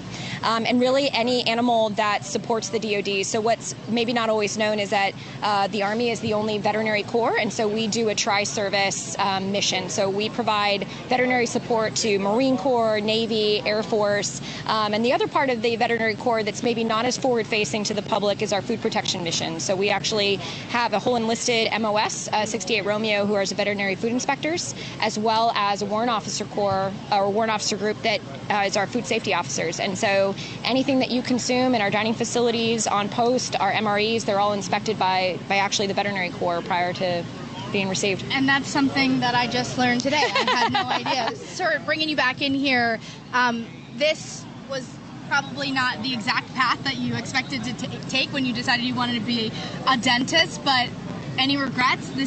Are you proud to wear this uniform? Oh, certainly proud. Like I said, I mean, I've gotten to work with so many teams, so many soldiers all over the world, so many different duty stations, and just have some incredible experiences. I really value you know, having soldiers as patients, right? I mean, they're just an incredibly deserving population to work with and be team members with. And you're right, didn't foresee this maybe back in high school, but it has worked out really well, and I've just had a great career. Do you feel like, ma'am, that there are people who may want to go down the veterinary route and might not even know this is an option? I think there's a number of people that do, and we thankfully try to do some recruiting through the veterinary school pathway, but certainly even the food inspection side of it. I think what I love so much about the veterinary corps that maybe people aren't always realize is the variety of things that you can do with the degree. I think everyone thinks you just go into private practice and you're doing direct patient care, but we have specialties. I'm a veterinary, I do public health. Specifically, we have pathologists, we have people in research, we have our clinical consultants, and so it's really opened my aperture to what the veterinary profession does at large for really all of our communities, and what I can do with it in uniform to support our, you know, brothers and sisters at arms that are, you know, fighting the fight every single day.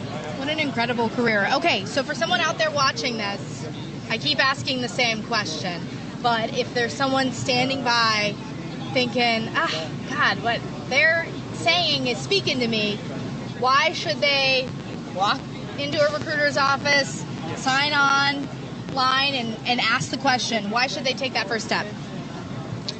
I think if you want an unforgettable experience that's going to open your eyes to what this country has to offer, to what the world has to offer, take the chance. You know, you never know what could happen in the places you're gonna be stationed. You'll never know who you meet, the teams you're gonna be a part of. And, you know, I encourage anyone out there to look into all the medical professions, not just dentist and veterinarian, but we've got, you know, doctors, nurses, technicians of all kinds, right? And so the Army has so many health professions programs available, and it's a great team to be a part of. And the most incredible part, maybe not the most incredible, but a good perk is the fact that the Army takes care of your schooling. Yep. And you're not bogged down with student loans, right? Exactly. Yeah. I had a lot of classmates coming out of school with a lot of debt, and I really didn't have to worry about that. I just started working, right? And so, and earning that paycheck. So it's been a great ride.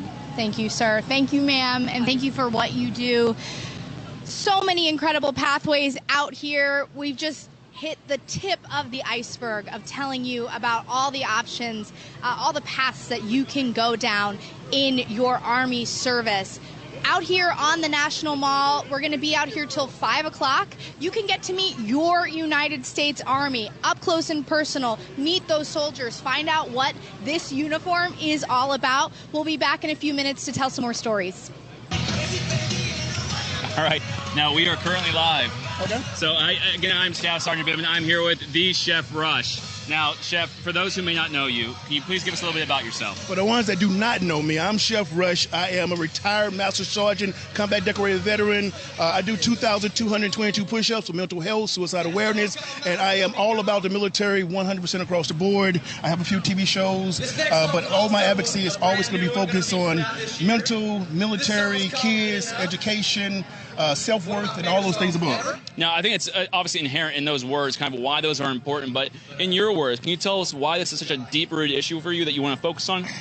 Because sometimes we don't get to value ourselves the way we should. We work all the time. Yeah. But the one thing you got to do is take a moment for yourself and think about who you are, what you do, and how you're going to live in your life, right? Self-gratitude, self-worth, self-reliance, all these things, intestinal fortitude is one of those things we do. We take pride of it in the military. We all should give it to each other, going back on it, but also it's about that lifestyle. Lifestyle, about integrity, resiliency is those things that we need to have always and embedded in us. So I learned all that from the military, and I took it over to what I'm doing right now. So that's why I do so much on TV and speaking and social about the military, about what we do and what we give back. All right, now your time after service, can you break down a little bit about what are some of the things you've done, things you've accomplished, and how that's giving back to the soldiers? It's funny because the things I've accomplished after service, I never thought I could ever be able to do in my entire life. I'll be honest with you about that. I became a worldwide speaker, I became a consultant. I have about 4 TV shows coming out right now. I've already had about 4 TV shows out with Gordon Ramsay, my TV shows, Disney, Netflix. I have another show being produced right now. I have about 7 different companies, from AI to finance. I just do a lot of different things, but it's all fun because it's about self-worth. Again, it's the things that it's not about a job. You know what they say is when you do what you love, it's never a job. Even in the military, in the Army, this was never a job to me. This was my lifestyle, and I still make it my lifestyle. The same way I think about my mindset, my body, my health, is never I used to. It's what I'm doing right now and tomorrow. Yeah, now minus this top, we look just about the same, believe it or not. You're a little bit bigger. Yeah, thank you. Now, you're here today celebrating the Army's 250th birthday, all right? So now, what does that mean to you to be here on such a momentous occasion? Did you see that? It got bigger. Those chill bumps are made by itself. It's one of those. But honestly, this is probably one of the most highlights in my entire life, in my career, with all the TV show, everything I said. This is 250th. It's all about resiliency. It's about us. It's about family. It's about dedication. It's about the past, the present, the future. I mean, think about this. This never happened again. This is the one and only time. It's history right here in the making, and it is unbelievable. And I am honored, privileged, and dedicated to be here. Yeah, now, in those words, I think you hit it. But now, if you can speak to those who have served before us, myself, yourself, and those who served with us, and those who will serve after, is there any kind of testimony you'd like to give them, or words of encouragement or honor? So, no, these are real chill bumps when you said that, because it's important, because I preach it every day. I also do it to my same self. I look in the mirror and I give myself gratitude and homage about that. Stop for a second and think about what you've done, what you've been through, and where you're going. In life, we have our ups and our downs, but remember, you're worth it. Everything you've done has led to this moment right here, right now. I personally want to thank you for your service, everything you've done, everything you continue to do, and everything you will do. You got to give homage to yourself, and I just want to say thank you for that. It's important. Yeah. Okay, back here live out at the U.S. Army 250th birthday celebration.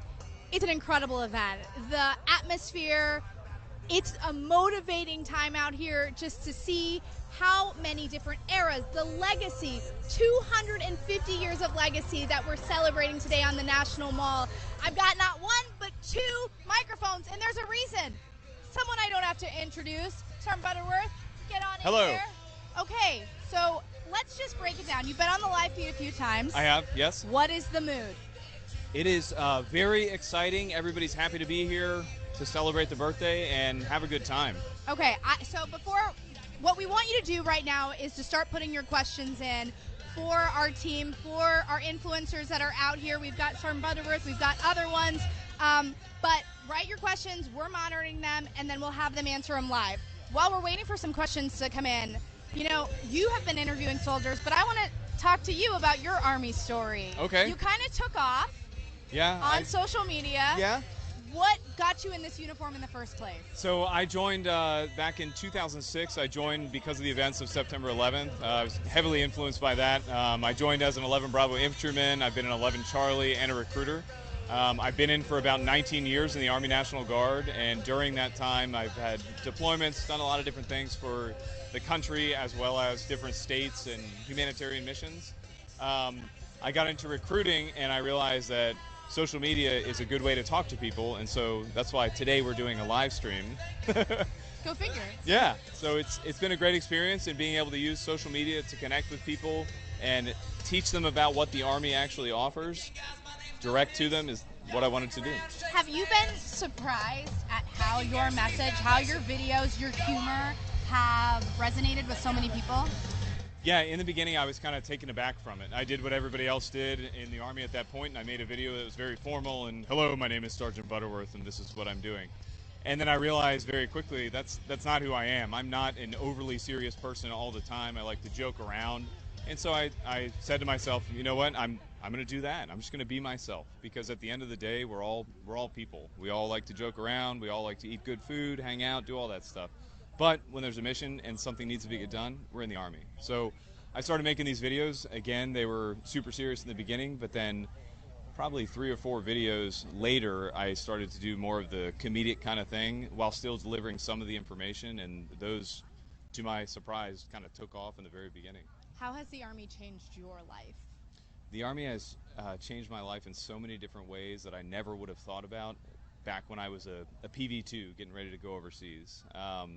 From using the VA home loan to buy houses, to my education benefits and getting my bachelor's degree, the health insurance that's for my family and my kids and all that I'll have, and the retirement that I'm going to get here in a couple years now. So the Army is what you make of it and what you put into it. So if you have the ability to go to schools while you're in the Army, or the ability to serve our country in this capacity, I would strongly recommend it. It's something that has worked out wonderfully for me. Let's grab one more if you're okay with coming out here. Come on down. Come on down. You're the next contestant. Okay, we are. Your turn. Yeah, well, it's all of our turns. All of our Yeah, turns. we're all going to share this. Are you Excellent. monitoring the live feed? Mhm. This is another Here, do you one want me that needs no introduction. Not at all. No, not at all. Not at all. How did you get into the social media space? Was it an overnight thing that you took off? Were you surprised to see how your message resonated with so many people? So how did I? So bottom line up front, yes, I was completely shocked at the impact and outcome that it has reached to now. Like, to case in point, I never thought I would be out here selected to, help celebrate the Army 250th birthday. So it's truly been an honor, right?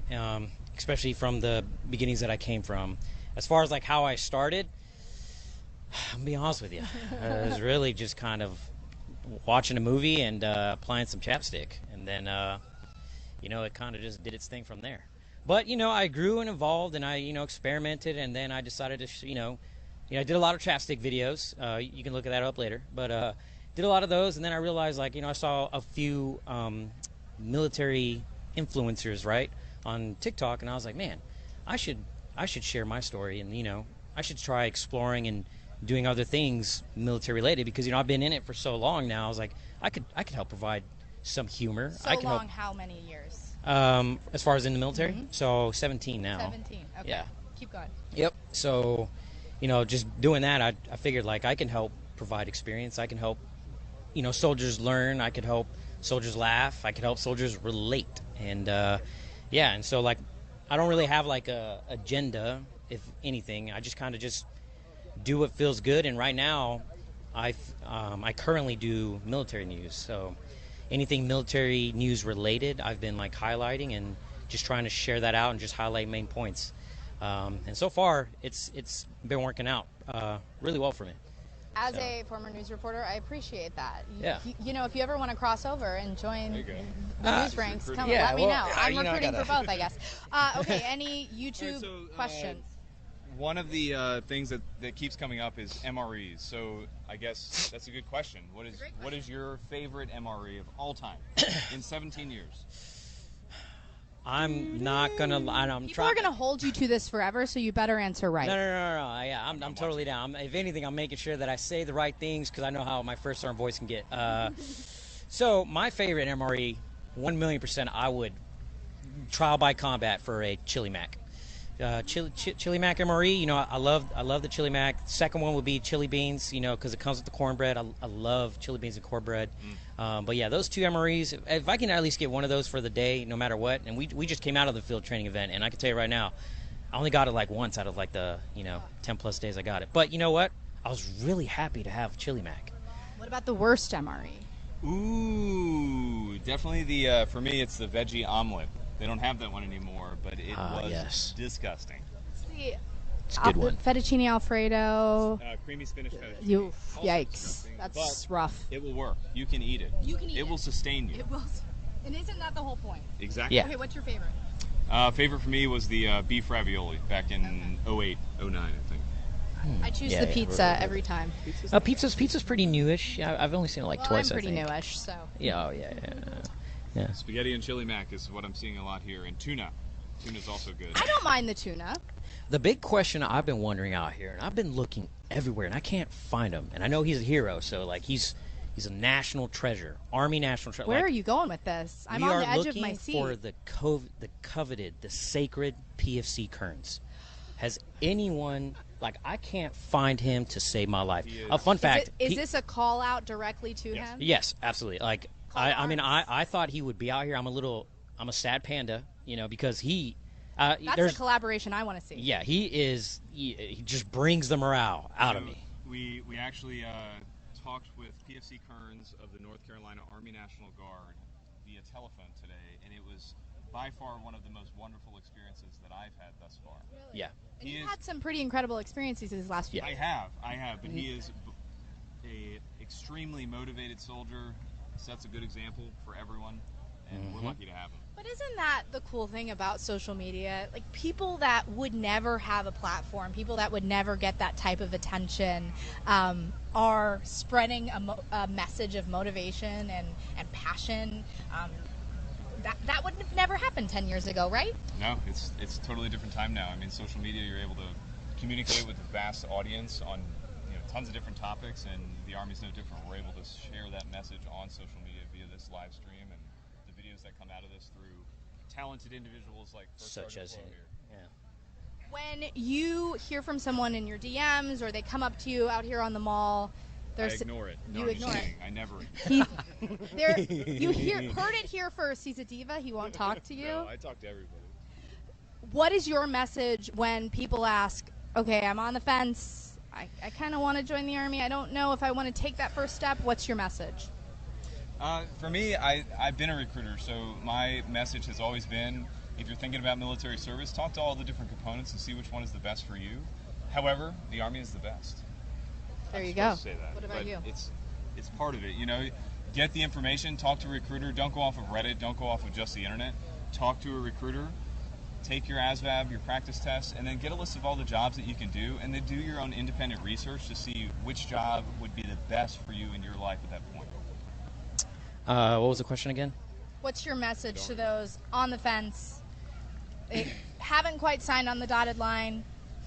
So, as someone who grew up in a rough area where there wasn't a lot of military influence, I can tell you now, when I first mentioned thinking about joining the military, I didn't really get positive support, right? So, like, what I would say is no matter where you go, and this is in life too, right? You will have people tell you to do this, and then you will have people to tell you, tell you to do something different. End of the day, whether you want to join the military, whether you don't, whether you want to go infantry, whether you want to, fix vehicles, I encourage you, right? And it's a lot to what he's saying, is to just do your research, and whether your mom and dad want you to do something else, if you truly think you would enjoy it, right? Just shoot your shot. And at the end of the day, you're going to live with those choices and those experiences, and I would rather you be happy with that instead of living under regret that you listen to someone else telling you what you should do with your own life. Shoot your shot. Yeah, shoot your shot. That's the message that's coming out of this. I love that. Obviously, legacy history is a huge part of this 250th birthday. You all have had some pretty incredible opportunities over the past few days to get up close and personal with those uniforms and the people that will be marching in the parade. What's your take on your favorite era and why? For me, it would be now, because it's the one that I'm experiencing, and it's what we make of it.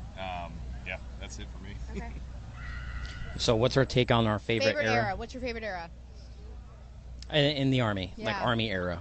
I mean, I'm thinking like generations, right? So like, give me like a year span. Like, what do you think? What are we thinking? Like every 5 years? Are we doing World War II, Vietnam, Korea? Oh, okay. We're going huge spans. that's Got what it. I'm I was talking thinking about, like, okay. era. What is my favorite era? Well, favorite era to read and hear and watch and listen. I would say all of them deserve like equal, opportunity, right? And I can say I'm pretty guilty because I enjoy like the World War II era, just like listening to the stories of, the heroes and everything that's gone on with that, like the movies, right? Like that's like my favorite time, is just watching and seeing those examples of what people did, right? So for me, that is a great era. Not to downplay any of the other ones, but that's just how I grew up watching, like Saving Private Ryan, like that's just the time that I like going back to and visiting. But don't get it twisted. Every era's got its good and bads, and I mean even in this one right now, I love it just as much, right? So. Yeah, it's really incredible. I've gotten the opportunity in my past life as a reporter to go along on some of those honor flights with the World War II veterans, and to have a moment and think that I am wearing the same uniform as the ones that came before us is a moment that'll stop you in your tracks, and you think, why do I deserve that? Because of the ones that have walked before us, those giants. But this legacy is real, and it's amazing that it's being celebrated the way that it is. Yeah. How's our YouTube feed looking? It's going. A lot of comments. Any questions? If Come on, they're guys. if they're looking at any, or do they also ask questions? The background, or I don't know if they have. No, it's just on our YouTube feed. Oh, okay. We don't. No questions so far. That's on you guys. You've got these two superstars here. So send in your questions. We're going to take a quick break, and then we'll be back with you out here live from the 250th birthday of the United States Army. Okay, we're back out here live at the U.S. Army's 250th birthday celebration on the National Mall. I've got my partner in crime here. Come on in. How's it going, guys? We're back. It's hot, but we're good. It's hot. Yeah, hey, we're sweating. That's fine. It's a beautiful day here to celebrate the Army's 250th birthday. As you hear, it's live entertainment, live music, plenty of booths for everyone to see. So if you're still in the area, make your way on down.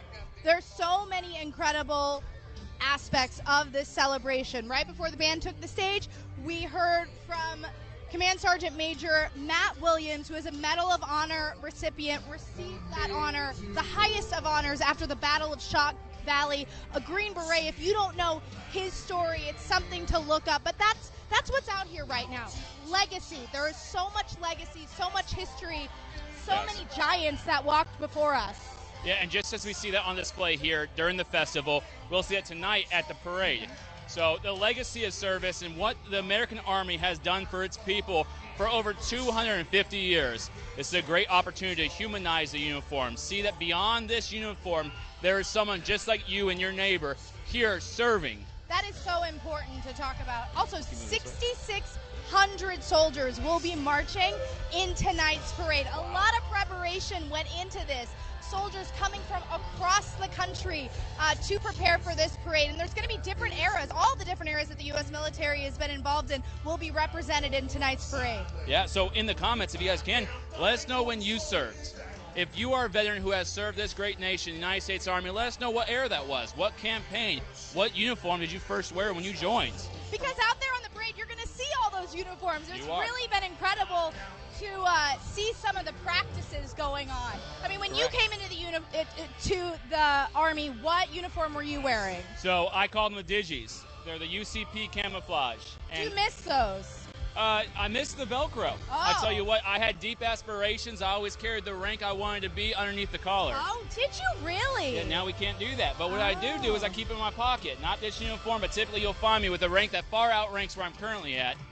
Just ready for that battlefield promotion. I'm ready for it. Do you want to reveal that, or is that something you want to keep private? It's a full board colonel. Okay, absolutely. Future sir, I love that. I keep airborne wings in my like PC, so there you go. That's all right. Yeah. And Airborne's a unique school that anyone can participate in. There we go. Meet the qualifications, meet the basic requirements, put it in a packet, and go airborne. Get your wings, experience something. There are so many incredible opportunities that you can get in the Army. You get paid to jump out of an airplane. Yeah. Where else can you do that, right? I mean, people pay to jump out of an airplane. Yeah. We get paid to do it. Yeah, you can jump out, you can rappel. There's all these other aspects to what the Army brings. Every other opportunity out there you can try and strive for. You'll see folks with candy above the U.S. Army, that's all opportunities that they said, let me give it a go. Yep. And they accomplished it. Don't self-select. If you were watching our feed earlier, that's something that USAC Command Sergeant Major Joanne Nauman said. Don't sit there, watch this feed, and think, oh, I couldn't do that. Because maybe you could. If we wouldn't have thought that, we wouldn't be here today, right? Yeah. There's many opportunities throughout my career in my life where if I had just said, I can't do it, I wouldn't have accomplished what I had.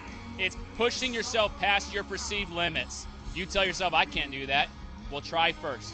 And when you realize, wait a minute, hold on. I actually did better than I thought. Let me try this one more time, and you do better until you succeed. So again, that first time may not be it. That second time, that third time. So when you earn it, I know the medical expert field badge. I have a good friend, Ashley Buell.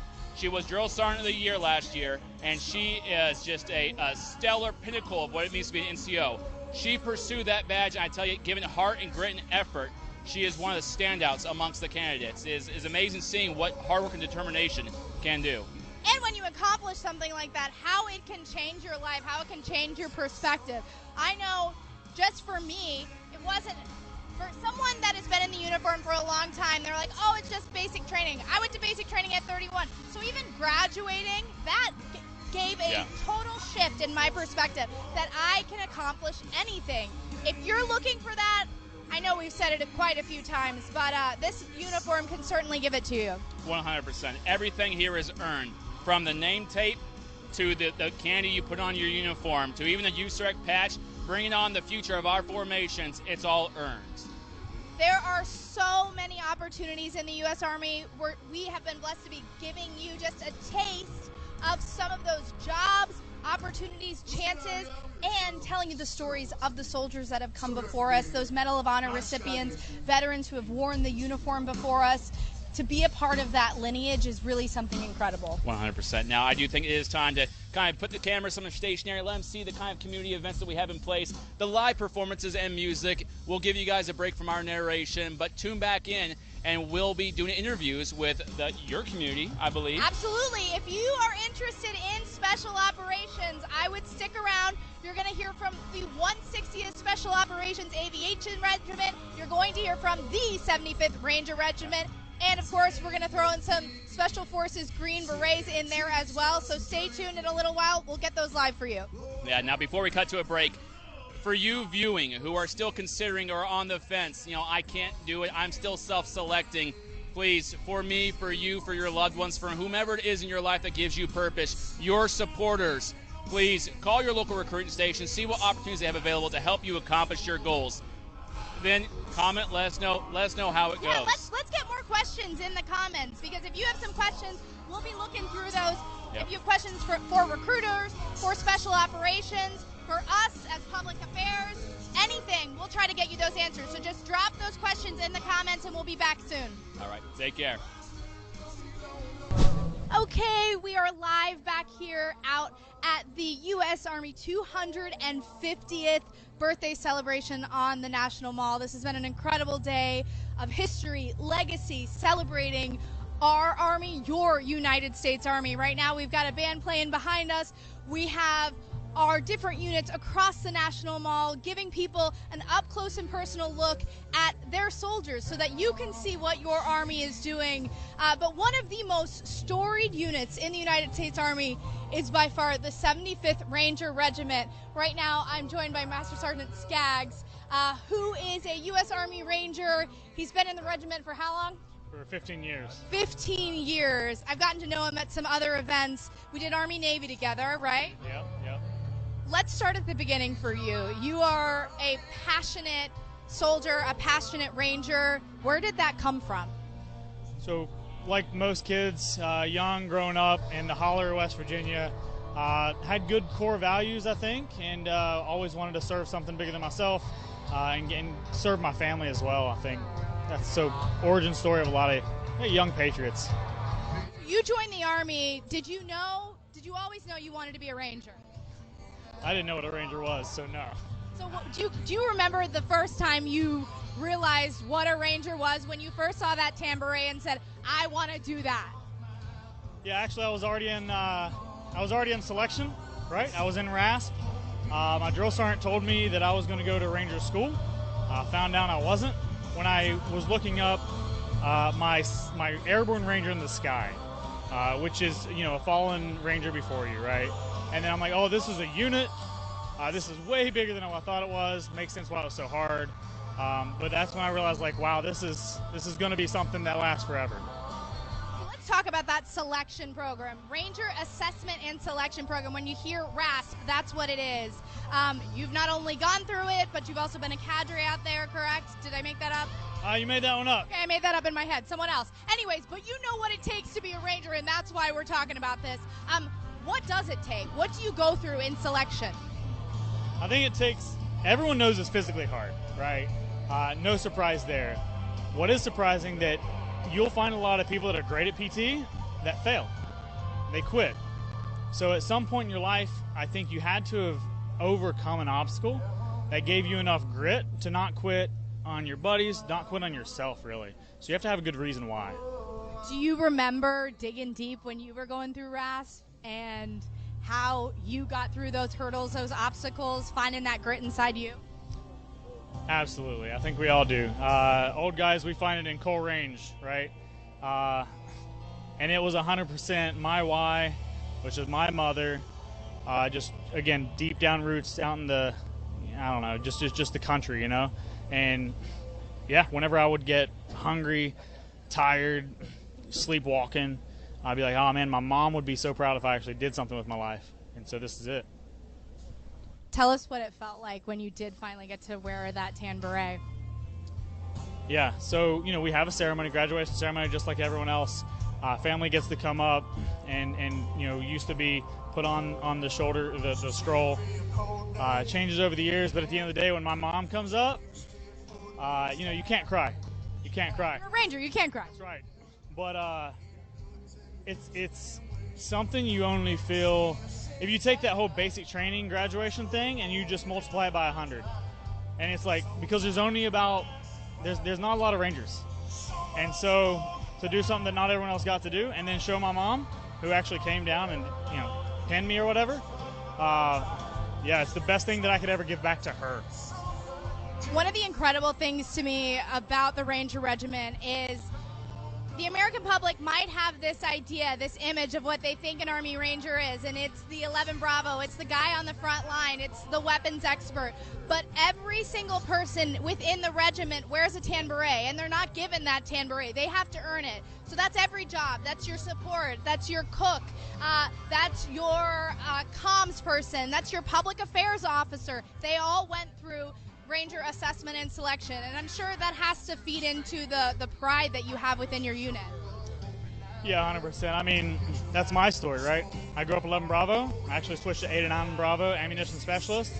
Don't regret a bit of it, right? Because one beret for one standard. And that goes for every age. I went through with a guy that you can watch on YouTube, Brian Marks. He turned 41 and RASP with me. Yeah, and he's a forward observer. So like, when we say that we have like this brother and sisterhood of Rangers, yeah, because we all went through the same thing. That's right.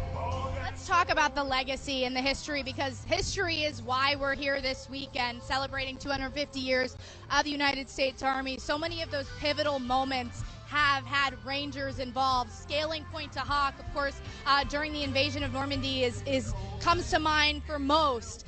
But for you, growing up in the regiment, was history and legacy something that was always instilled in you? Yeah, so I grew up in 175. Yeah, every day. Our team leader runs, which are a great time. You would visit a Ranger Memorial, and a little known fact is that a lot of our trails you would go through, and there's this rock, random rock. No one knows what it is unless you're in the regiment, and you can't step in the sacred circle. You bless it, you keep going, and you learn that these are fallen Rangers. And why it's important to do what we do every day, to not mess up the little things, to practice over and over again, to genuinely give back to everyone else and honor their legacy. If there is someone out there who is listening to this, they're sitting at home. I keep bringing this up during this live stream, but they're sitting at home and your message is resonating with them. They think, hey, I'm listening to Master Sergeant Skaggs. Maybe I could do that. What's your message to them? Hey, the only person that can stop you is you, right? I think the SF community all across will always say the same thing, and that's that self-selection is the #1 selection piece, right? And I've heard it today. I don't know if I could ever be a Ranger. It's like, well, you took the first step into saying no, man. Like, you don't know. There's an arena. Go for it. It's like anything else in life, though. You're gonna miss the shots that you don't take. I've heard that a lot throughout the day, and we hope that message is resonating with the people that are watching this live stream. Just take the chance. Go and talk to a recruiter. There is a way to enter the Army and potentially become a Ranger, right? You have to make it through RAFs. You have to make it through basic training first. But you could get a contract that is a Ranger-specific contract, correct? Correct. So you can do it with your recruiter with the option 40, option 61, and 62 now, which includes some waivers. Or after basic and in AIT, you can reach out to your Ranger liaison. We're at most of the AITs. Like, I'm a liaison right now. It's my last gig in the Ranger Regiment. And our whole job is, if you're qualified, is to get your paperwork in, give you the opportunity to go to RASP as soon as their AIT is over. And it's fast. It's a priority. So once you graduate AIT, within days, you better be ready to go to RASP. So the opportunity is there. Even if you're already in the Army, there's a little wait time, but you can apply to a Special Operations Selection course. So the opportunity is there. One final question, and we'll wrap this up. What does that tan beret mean to you? Man, that's a great question. Because I'll get a little emotional on it after 15 years, right? It's a lot of blood, sweat, and tears. Everybody goes through it. We're still human. And we've sacrificed, maybe life, limb, eyesight for the regiment, for the Army. We are the Army's Ranger Regiment.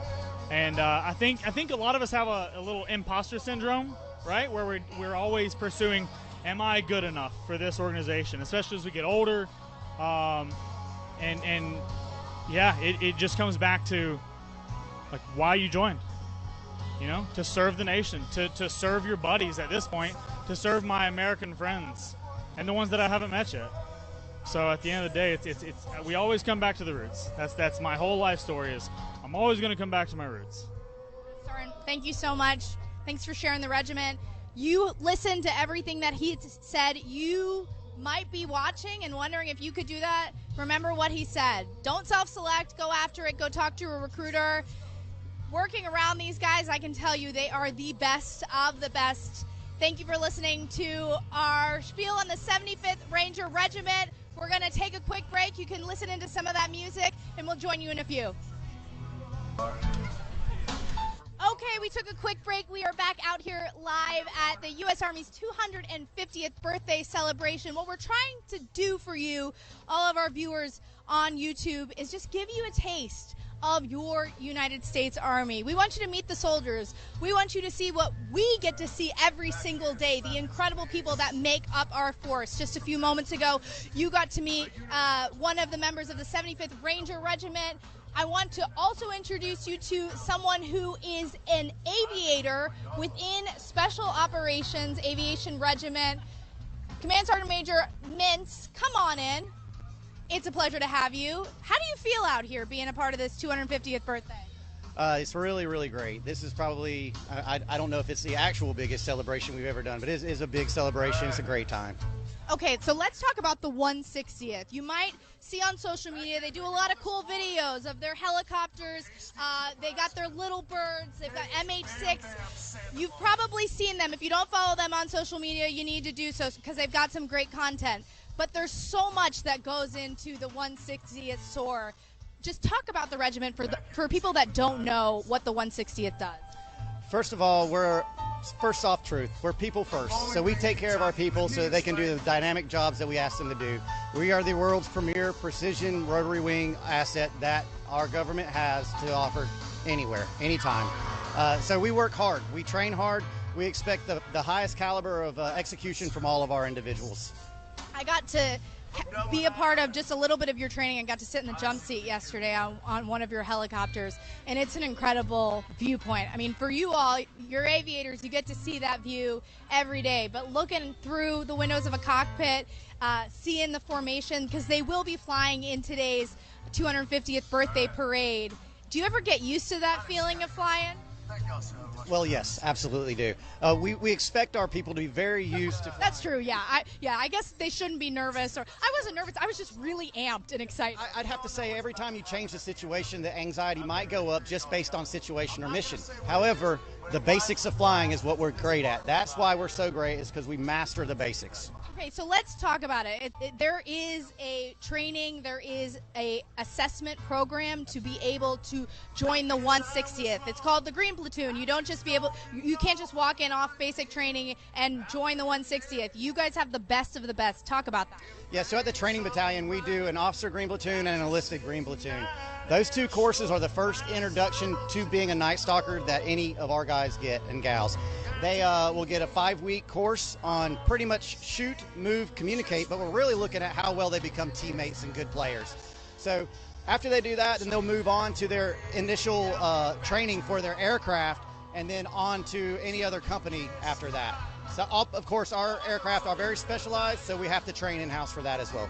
You mentioned being a part of a team, and it's not just the pilots when you're an aviator. There are so many different aspects of a crew, of a helicopter crew. Talk about that. The reason we send everyone to Green Platoon is because the proximity of the X does not dictate where you line up on the team. There's no OML. There's no one more important than anyone else. So we have to make sure that base knowledge and that executable skill is known, and then we move from there.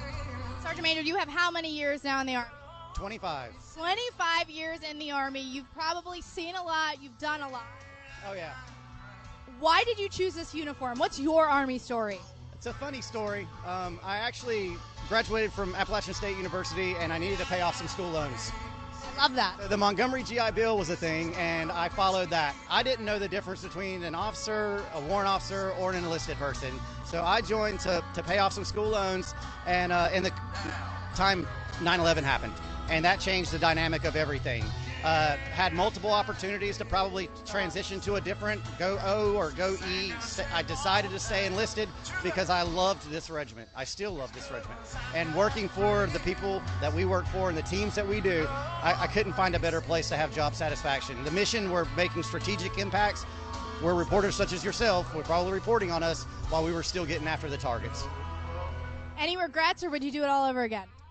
I would do it twice. I would do it again, no doubt. I wouldn't change a thing. Not only does the USASOC or SOCOM enterprise provide for me and my family, but my regiment has taken good care of everyone that's been out there and pushed for them. So I can't be more happy with the decisions I've made. It goes back to that first soft truth: humans over hardware. People matter. I want to ask you, I keep asking all of our guests, but if someone out there is watching this feed and they're kind of on the fence, but something you said kind of pulled at them, what is your message to that person who might think, hey, should I take a look at special operations? I don't know how many times in my career I have looked around and said, I can't believe I'm doing this and getting paid to do it. If that alone, like I've been so many places all over the world, and I'm looking back, look where I'm at right now. I'm getting paid to be here. I couldn't find more job satisfaction. I couldn't find a better team.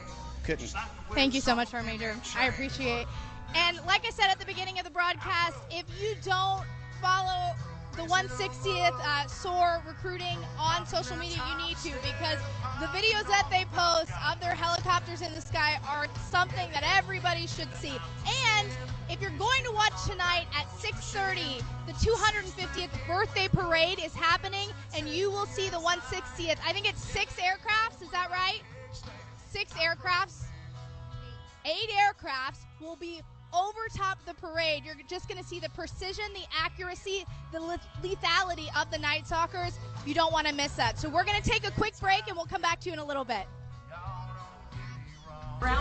All right. Hey, how's it going, guys? I hate to interrupt, but we do have special guests here today. We have the Unsubscribed podcast. Now, these are 4 members, I think, who have built themselves off a community of camaraderie, from vets themselves to people who after service find community and shared struggles. So let's engage with the team right now. By all means, guys, come on out. I'm going to have you hold this. 2-1 micro. Hi. Hi, chat. There we go. Chat's blowing up right now. All right. Hey, here's the team. I'm going to have you guys introduce yourself, by all means. Eli Double Tap from Unsubscribe. Hi, I'm Nick, the Fat Electrician from Unsubscribed Podcast. Brandon Herrera from the Unsubscribed Podcast. I guess I'm Cody Garrett from the Unsubscribed Podcast. I guess Cody. All right. Hey, so if you guys could take a moment, for those who may not have seen the Unsubscribed Podcast or may not be familiar with who you guys are or what you guys do, can you please break it down? It is a veteran-based podcast. Well, we're number 2 in the world now for veteran-based podcast. Right. Dark comedy, history, and then just having a good time and trying to make people laugh. Amazing, yeah, guest-based podcast. Amazing guests, too. All right, so now where are some notable, episodes, if you guys want to call it that you guys like to speak on? Yeah, we got super lucky. We had a World War II veteran from Iwo Jima, Don Graves, come on. Wow. And it was one of the coolest experiences, at least of my life, being able to sit down and, to my shock, at, I believe, 101 at the time. Yeah. Wow. I believe he was 99. 99, just turned 100. He was 99 years old, and he sat down and he drank a beer with us. And we still have that beer can. We still have that beer can in the shadow box in our background today. So that was super cool to see. He was at the raising of the flag. Wow, that is absolutely amazing. We just did one at the Pentagon as well earlier this year, which was a crazy experience for pretty much all of us, I think. Now, I guess, Cody, can you break that one down for us? How was that experience for you? Yes, I am Cody. It was just a crazy experience because I know you guys, I mean, your time serving, I don't think you would have ever guessed that your career path would, lead you to the Pentagon, much less after you retired. We took fake it till you make it to an extreme that most other people just haven't, Got out as an E4, and now on paper, technically, I'm the first person to chug a White Claw in the Pentagon, so there's that. He's telling the truth. Is that a recent feat? Yeah. That is awesome. I've got the memorandum and everything framed on my wall. That is good. That's legit. They actually gave us a memorandum to drink at the Pentagon on camera. We were the first podcast, everything, to do that. Well, that's amazing. Do you guys know the episode that was in? If you look up Unsubscribed Podcast Pentagon, it's going to pop right up. That's something you guys got to do. Check it out. 100 something. Yeah, so how long has this podcast been going on? 3.5 years, I believe. Yeah, I think we've been going about 3.5 years at this point. What was the driving factor to begin it? Well, man, we used to we would day drink while we were doing content, and they were like, you know what we can do? Well, we day drink. We can film it. and then just talk about that. Well, we do that and then turn it into another business. We never actually thought it would go to this level. It was just supposed to be fun. So this was, everyone does their own individual content and are crushing it.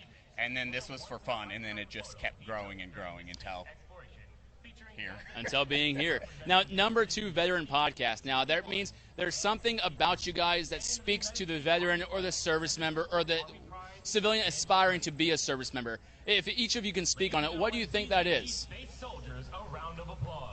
Brandon. That's Cody. Cody.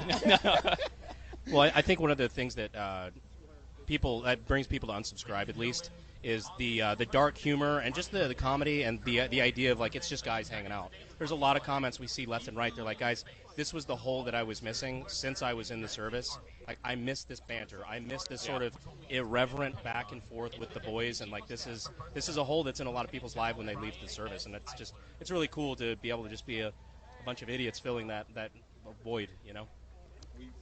We get lots of emails from people saying it feels like I'm back in the military again, just hanging out with the boys, having a couple of drinks, having a good time telling jokes, and we love it, man. We've helped a lot of people out with the podcast. How much did we raise for veterans?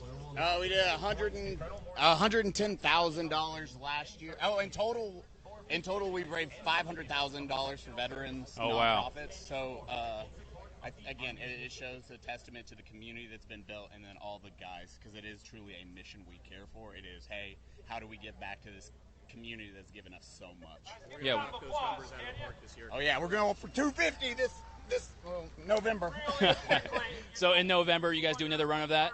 Yeah. All right. And what's the goal there? You said it's for veterans. Now, what's the aim for these funds? Like, is it to support veterans who are what?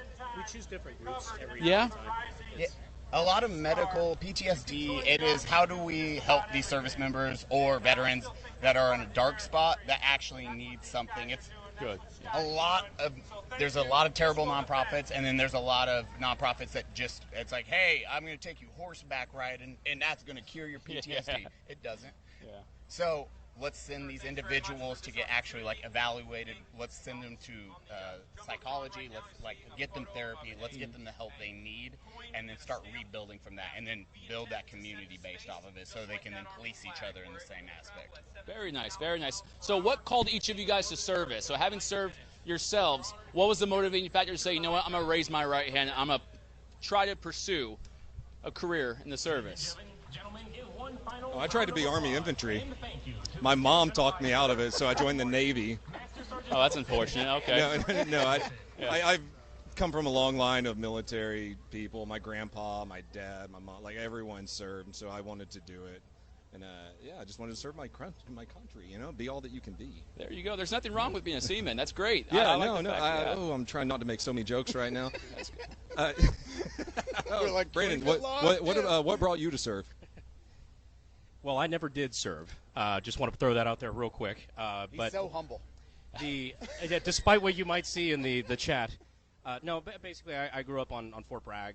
Spent 25 years there because my family has a long history of military service, and it took me a very long time to realize that the military sense of humor wasn't normal, and people from other places thought it was a little odd or dark or inappropriate. But no, it's given me a lot of respect for what those guys do and what they deal with when they come home, and it brought me to all of a connection I've got with my friends who served, and it's just been rad ever since.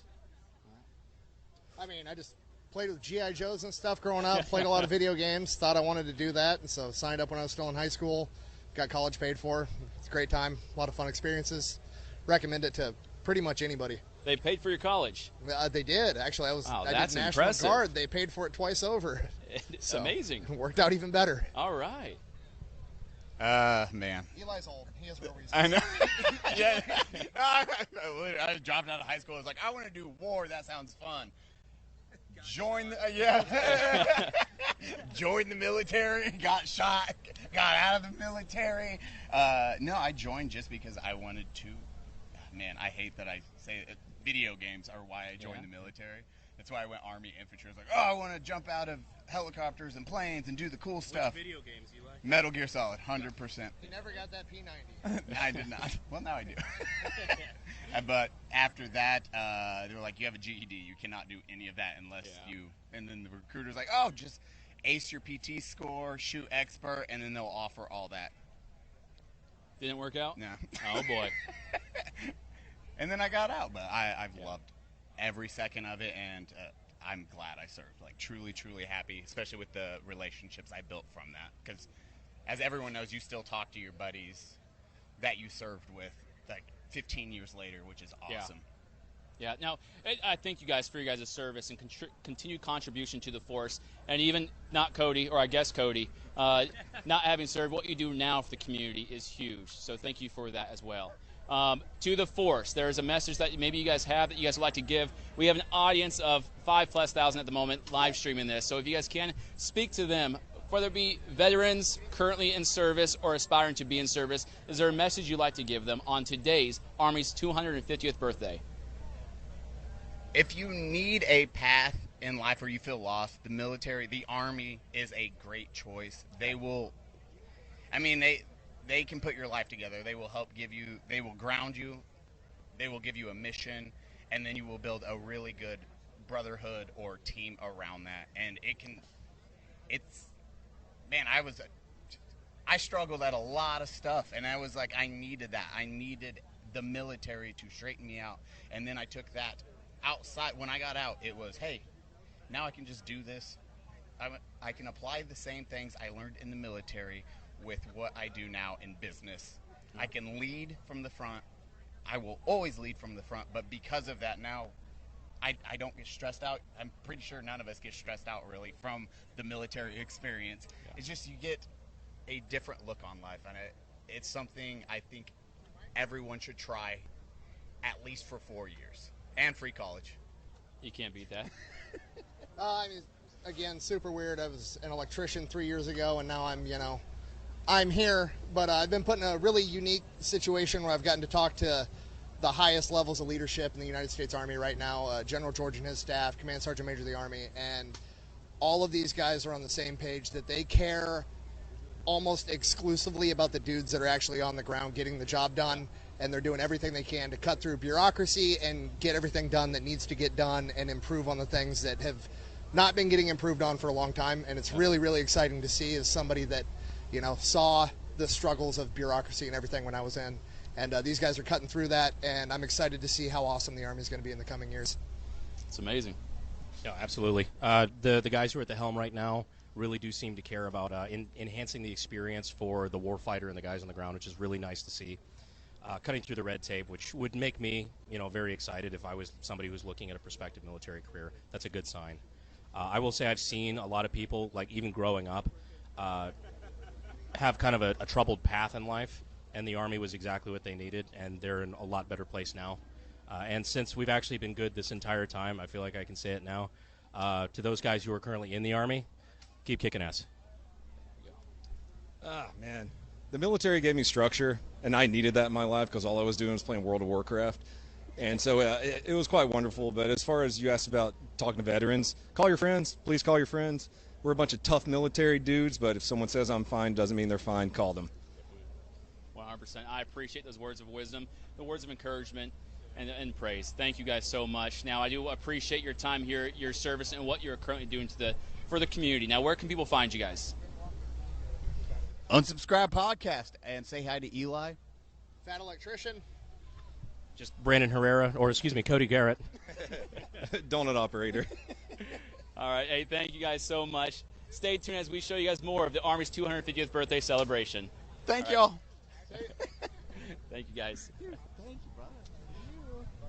That good? Yeah, thank you, guys. Thank you. Hey, thank you, guys. Thank you. Thank you, my friend. Thank you. All right. All right, guys. I hope you guys enjoyed that short break. I'm going to provide you guys with a unique opportunity to learn a little bit about the Army Reserves and the 38 Golf Series Civil Affairs. So I have two outstanding officers with me. We got Captain Wagner and Captain Drosty. He told me to call him Drosty Frosty. So, sir, by all means, ma'am, here you go. And here you guys go. Take it away. Thank you very much. Right. Thank you. Hey, YouTube. I'm Captain Wagner. This is Captain Drosty. We're going to talk to you a little bit about the Army Reserve today. We cannot wait. 38 golfs. 38 golf series. So Unique opportunity. Yeah, absolutely. So we are part of USA KPOC's 38 Golf program, which is a newer program to direct commission civilian expertise into the Army. So Captain Drosty, will you tell me a little bit about what you do in the civilian world? Gladly. First, a shout out to Gabriel, Alexis, and my 106 DCC crew. So my name's Captain Drosty from Boston, Massachusetts. I'm a 38 Golf P9, which is finance, markets, etc. Lawyer by training, work at a financial firm in Boston. I've only really worked in the financial sector and saw an opportunity through the 38 Golf program to serve my country. Essentially, weekend warrior, right? And the ability to take my skills at this point in my career, in my life, with the support of my wife, and to be able to, again, serve my country and maintain the job that I have. And it's a unique opportunity, amazing opportunity. We essentially act like consultants for the Army, and I'm so appreciative of the opportunity every single day. Every single day. What about you, Captain Wagner? Yeah. What's your story? So I have been a part of the military community for quite some time. My husband is actually active duty, so he is Navy. Go Army. He is Navy Lieutenant Commander Kyle Wagner, and he is a doctrinal analyst at Strategic Command. So I've been a spouse for a long time, but the opportunity came up to come and to serve and to be a soldier. And I'm a 38 Golf 6 Victor. So I'm a Heritage and Preservation Officer. You may know us a little bit better as the Modern Monuments Men, the new iteration of the Monuments, Fine Arts, and Archives program. Go see the movie. Yeah, go see the movie. 2014, I think that movie came out. It's a 2012, good one. 2013, If you haven't watched it. So in the civilian world, I work in museums. I work for a Smithsonian affiliate museum, the Durham Museum. Shout out to the Durham. So I've worked in a broad variety of roles in museums: development, education, administration, and now I do a niche sort of research in cultural property protection. So that's what we do as Heritage and Preservation Officers, but cultural property protection in relation to humanitarian crimes. So that's why I kind of got brought into the 38 Golf program. So it's just been a fun opportunity to sort of go from being a spouse, being a military mom, and now I'm a soldier. It's been great. Yeah, and I think, so in the 38G program, we have about a dozen or so specialties. It allows the Army to pull from the private sector those that have their finger on the pulse at all times, given their industry expertise, to be able to pull back and to be able to bring those folks in to consult with, and for us to leverage our pools of human capital as well, so that we can reach back if ever we know experts that can opine on a particular scenario. It's a really, really unique opportunity. Look it up, 38 Golf, 38G program through the Army Reserve. You'll thank me later. Yes, it's an excellent and unique opportunity to come and be a part of the Army and use your civilian career while also serving at the same time. So at this time, we would love to bring up some of our other 38 Golfs. We have a few other 6 Victors, Monuments Men, Heritage and Preservation Officers here with us. So they are about to come on screen. Yep. Total studs. We've got Captain Ammerman. Why don't we bring up Ammerman first? Good afternoon. And Major Swindell and Captain Ortiz. We are all 38 Golf 6 Victor Heritage and Preservation Officers. Hi, my name's Major Swindell. I'm representing 352 KCOM out of Fort Meade. I'm a Heritage Preservation Officer, archaeologist in the civilian world. I work for the Navy.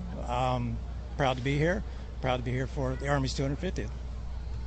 And I'm Captain Augustine Ortiz, also with the 350th. Also very happy to be here. Specialize in archaeology. Especially for me is underwater archaeology. So happy to bring that specialty into the Army's new Monuments Division. And as I'm Captain Ammerman, I have a background in real estate development and historic preservation, architectural historian, and bringing that that skill set to the Army through the Heritage and Preservation community, through master planning and more strategic planning for the future. So, we'll go with Major Swindell since he has the other microphone. Could you kind of give us a little bit of background on your road to joining this program with the Reserve? Sure. I've been an archaeologist for about 29 years. When the opportunity to serve came up, I took the chance. The Monuments program had just been revitalized, and having that experience and that time in archaeology, I decided to try and transition over and do my part as an Army Reserve soldier. Captain Ortiz? And like Major Swindell, I'm also an archaeologist. I started off, I got a great lecture while I was an underwater archaeologist here at the Navy Yard by another 38 Golf, which presented the program, talked about it, I got interested, and it's just a great way to bring our expertise and help protect cultural heritage. And so I got into the program. I was a consultant, had my own firm in historic preservation and city planning, and that I did a lot of work doing National Register nominations, really focusing on America's heritage, and then bringing that skill set to the military to focus on how we engage with other countries and other communities. I would say that this program is as a career is bringing in the leadership in the disciplines and bridges the military and the civilian expertise brilliantly. Please direct your attention to the main stage. Yeah, I think we're a good example of, some sort of specialty career that that the Army's decided it needed, and so I think we have sort of helped to fill that gap that they didn't have before as government specialists, and having that expertise and having the time, the education. Right, and the government specialty has been a role within the Army from its very beginning, and it's evolved into the Civil Affairs program, which really took shape in World War II, out of the necessity to bridge the military again and the local communities. Often civil affairs officers are referred to as warrior diplomats. That personally was something strong that drew me to the civil affairs track, because the concept of diplomacy, but being strong in your position and representing your country is one of the best ways to serve. Yeah, and so one of our emphasis as monuments officers is cultural property protection all across the world. Wherever there's conflict and cultural heritage is sort of in peril, that's one of the places that we hope to contribute and help the Army with its mission. Captain Ortiz, you've had some interesting experience as an underwater archaeologist. Yeah. Can you talk to that a little bit? Yeah, so I started off as a terrestrial archaeologist out in California, and of course, most primarily in the desert, and then I just got the feeling I need to do the opposite. So what's the opposite of terrestrial desert archaeology? And just the logical next step was underwater archaeology. And I did my master's program in the University of Southern Denmark, and then did an internship here with the Navy, and then got hired by them the next year. And now I do emergency management as an archaeologist as well. And I think that speaks to the beauty of the Civil Affairs program, as our colleagues who are on previously, is that, and bringing back the leaders in our existing communities, is that, as America's Army and as warrior diplomats, we are the people you see every day. We are teachers in civil affairs. We are bankers. We are librarians. We are veterinarians.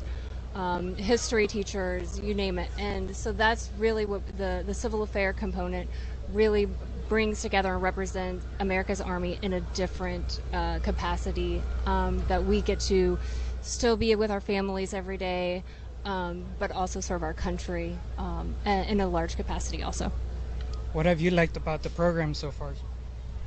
I just meeting folks like you. Of course, we all sort of operate in the same world on the civilian side, but getting to meet a lot of different people, get their different perspectives. One thing I would add, sort of to your, which you were talking about, the variety of specialties, it just sort of demonstrates how the Army has a lot of opportunities for folks. And so no matter what you do, what your career is, I'm sure there's a place for the Army has for you. Absolutely. Any rounding out comments here, crew? Nope. I mean, all right. If you have special skills you think that'll contribute to the Army's history and heritage, let's create a better world together, and I know we can do it. Thank you. All right, thank you guys so much. Thank you guys for your time. I appreciate it. Thank you guys. How's everybody doing today? All right. As you guys heard from our civil affairs soldiers, there are many opportunities available in the United States Army. Whatever profession you may have on the outside, odds are the Army has something equivalent to it. And if not, it's close enough, I promise. Now, I encourage you guys to reach out to your local Army recruiters to figure out what opportunities are available for you. Whether you enlist or commission, there's many, many opportunities there. Now, I've read the comments. I get it. My hair's not the best right now, and you guys really wanted that drill sergeant who was behind me. I'm not sure who he is. I'm here now. Okay, Angry Cop is here. All right. Now, for those that First of don't all, know, don't touch me, guy. all right, understood. Weird, inappropriate. Understood. So many people on the internet said that they wanted to see me, and here I am. Not because you wanted me to. I showed up on my own. You're not my boss. I do what I want here.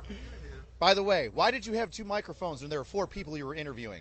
The most Army interview I've ever seen in my entire life. Hey, but see, here's the thing. We made it work, though, right? No, you know. Oh, we made it work. You didn't.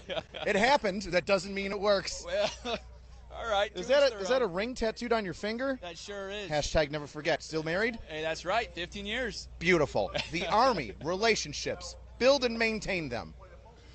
Where's the chat? I thought we were talking to the chat. The chat was saying words to us. Oh, no, the chat very much demands your presence here. Now I'm questioning. No, but this is good. No, but hold on. I need to know a little bit about you. Tell me more about myself. What questions do you want to know? No, I want to know who you are. What's your service like? What got you here today? All right, there's a lot of questions. What's the first one? Okay, what got you here today? What got me here today? The Army got me here today. The 250 years of fantastic, absolute mayhem the United States Army is. You know, there's a lot of good sayings about the United States Army. One of them was from a Nazi general, and he said that war is chaos and the American Army is trained in chaos. Yeah. And that's absolutely true.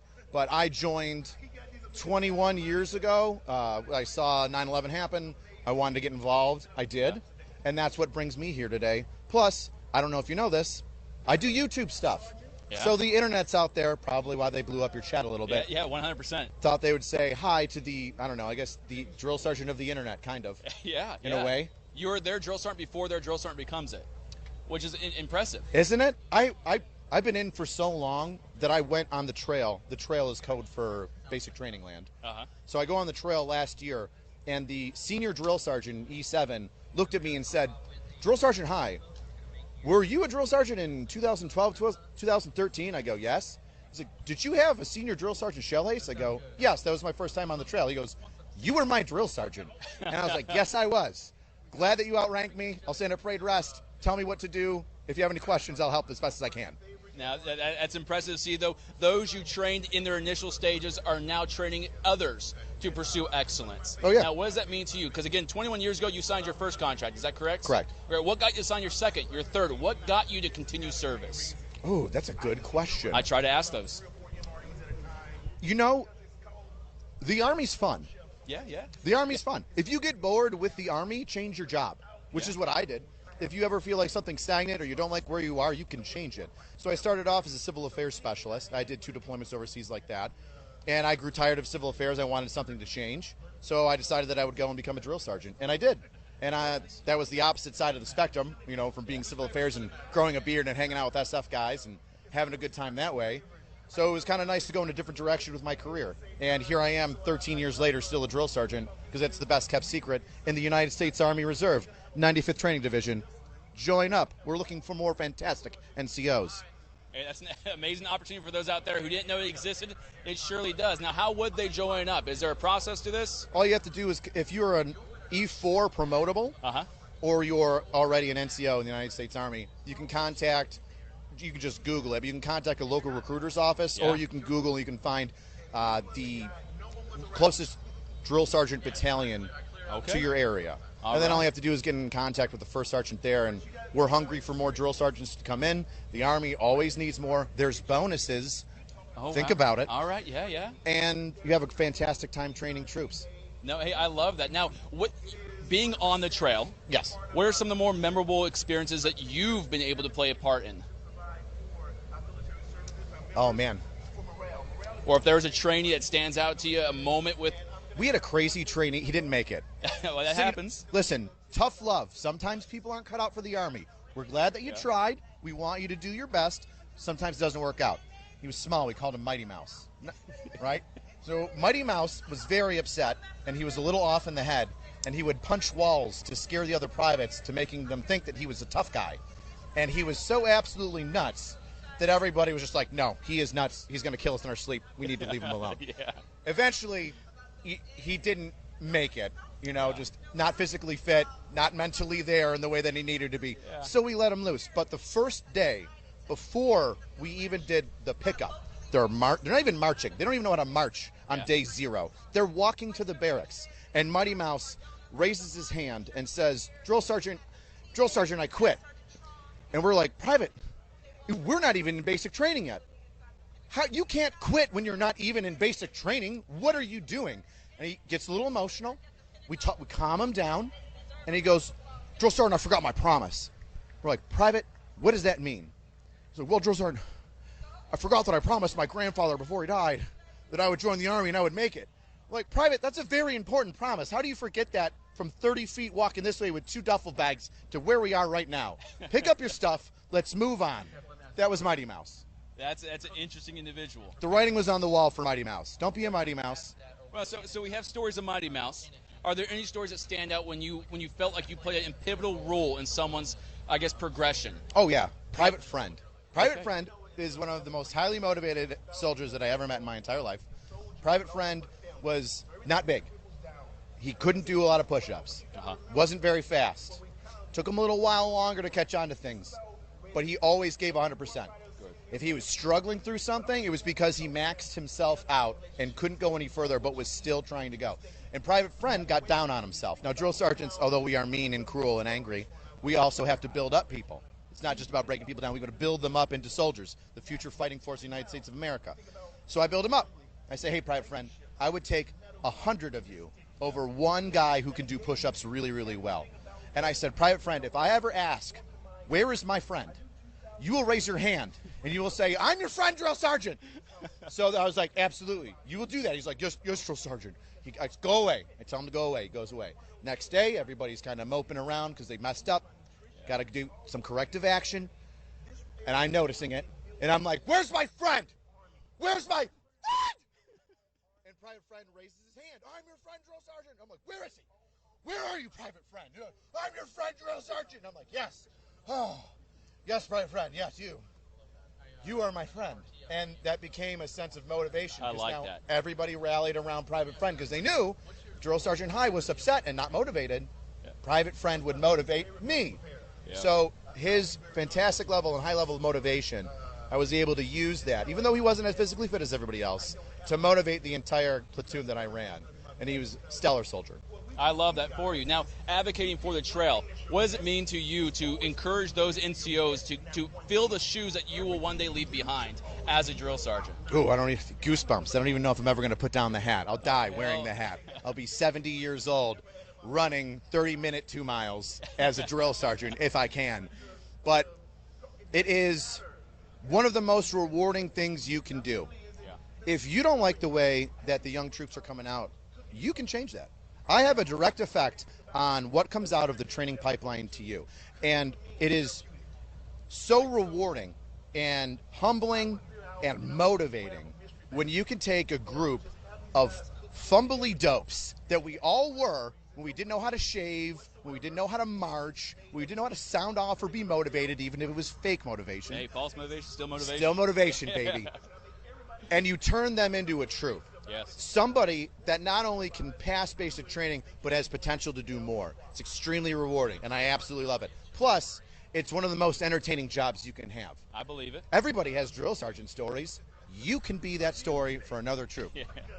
I love it. I love it. I'll keep funneling you the troops, and you keep training them. That's all right. We'll get one on the other side. Hey, I believe one day, maybe. I think we have a question. Let's do it. Question from the field. I believe that the cutoff date for the reserves and guard is around 42. You can get in with a waiver, maybe up to 45, but I know like 40, 42 is the cutoff. Yeah. But you can get in with a waiver for the reserves or the guard, especially if you're in like a specific field like medical or legal. Yeah. We're never too old. You're never too old to join. When I went through basic training, I went through in 2005, and we had a 40-something-year-old mother and she was motivated by her son who served and deployed overseas to join, and she was a legal aid. So she came on, she did basic training with us, graduated, set the standard, very motivating, and she served in the, I believe it was the reserve component while her son was active. So no, there's no such thing as too old, unless you're 45. Then it is. all right, then yeah.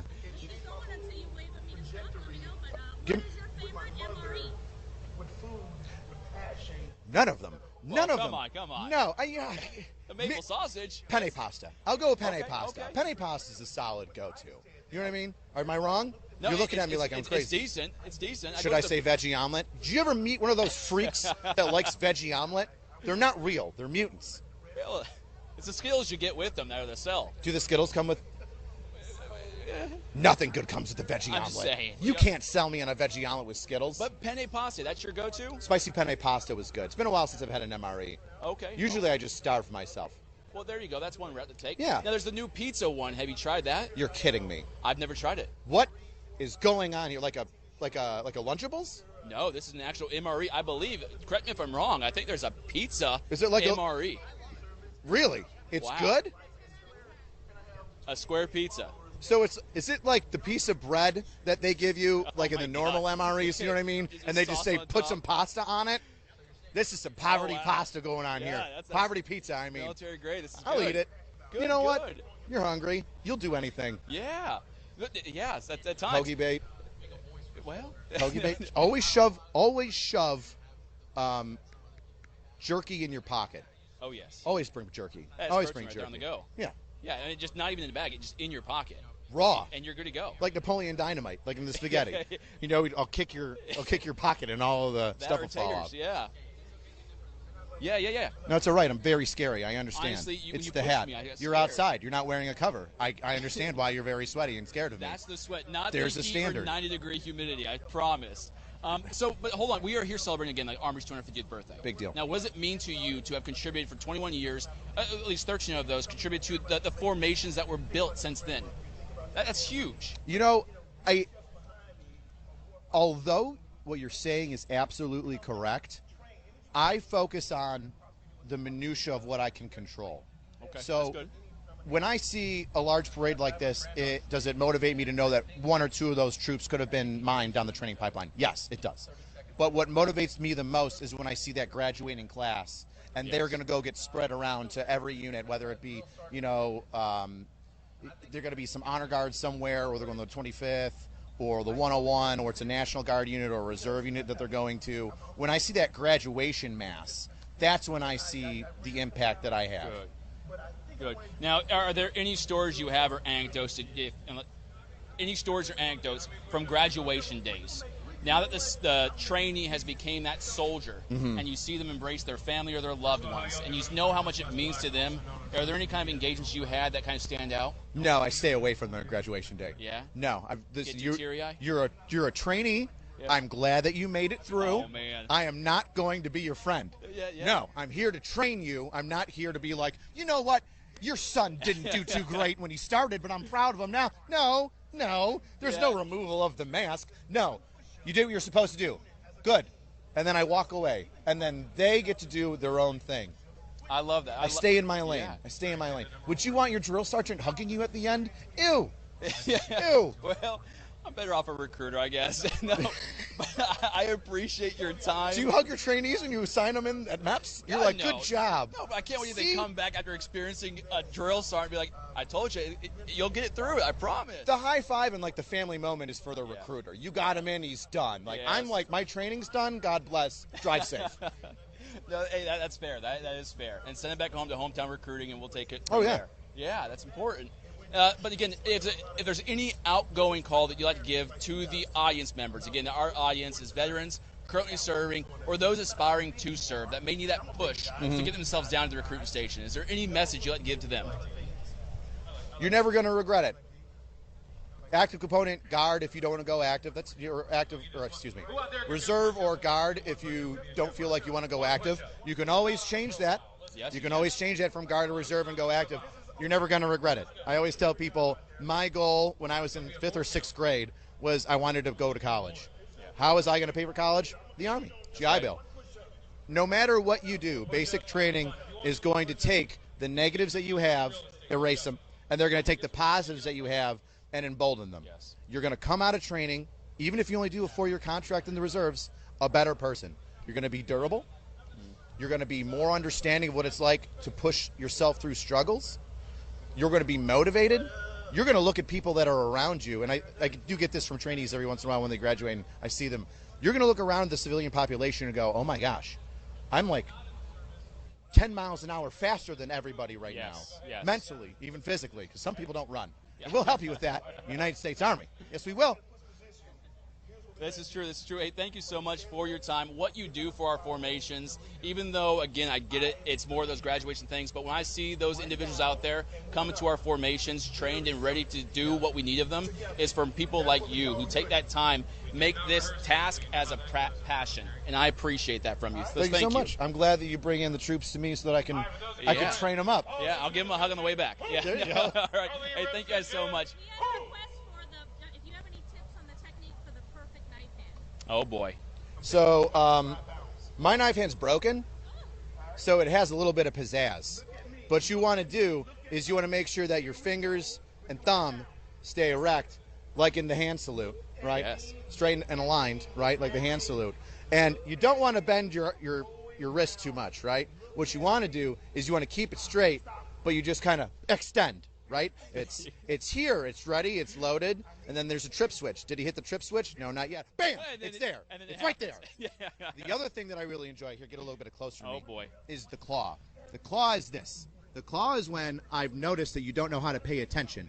So I'll just wave this in front of you so then you can see the flashing lights, and then I'll tell you in your ear the mistake that you've made. And hopefully, with the visual and the audio, we can make that correction happen for you. Hey, I love every moment of that. Flashbacks did come about. It's been 13 years since something like that has occurred.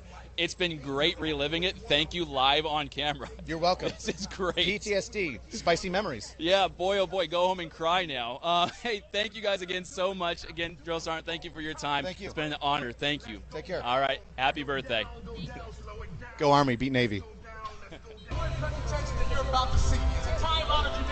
Okay, we are back live here out at the United States Army 250th birthday celebration. It really has been an incredible day. Just so much legacy represented out here on the National Mall. When you walk around, it really is fascinating to see the different eras represented. You have aircraft from Vietnam. You have veterans of different wars that are talking to and commemorating with soldiers of today. It really is a cool thing to witness. And when else do you get to do this? Only every 250 years, right? But the main event is tonight at 6:30. That is going to be our 250th Army birthday parade through Washington, D.C. Our units will pass a review line with the Commander-in-Chief. All the different eras on display. I could talk about it, or I could get the chief historian from the Center of Military History.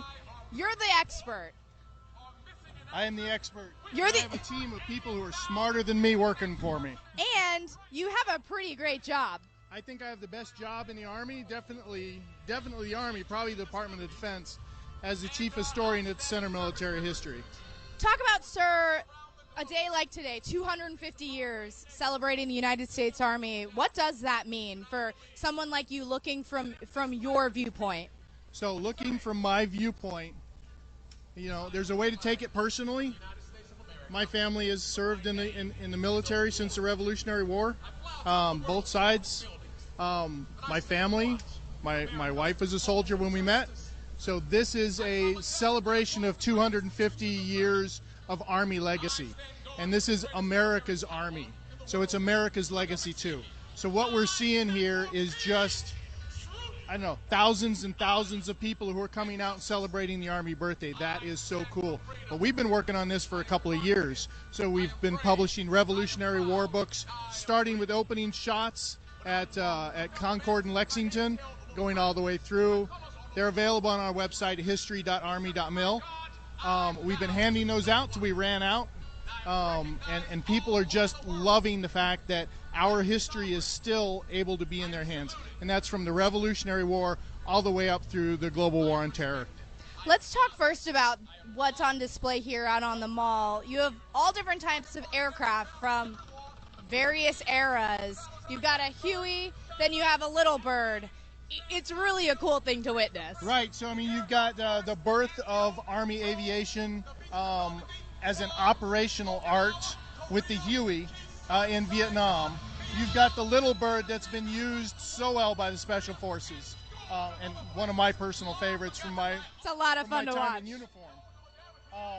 You've got Blackhawks out here. You've got a Cobra out here. You got an Apache out here. And down on that end, there's that new kind of sort of vertical takeoff.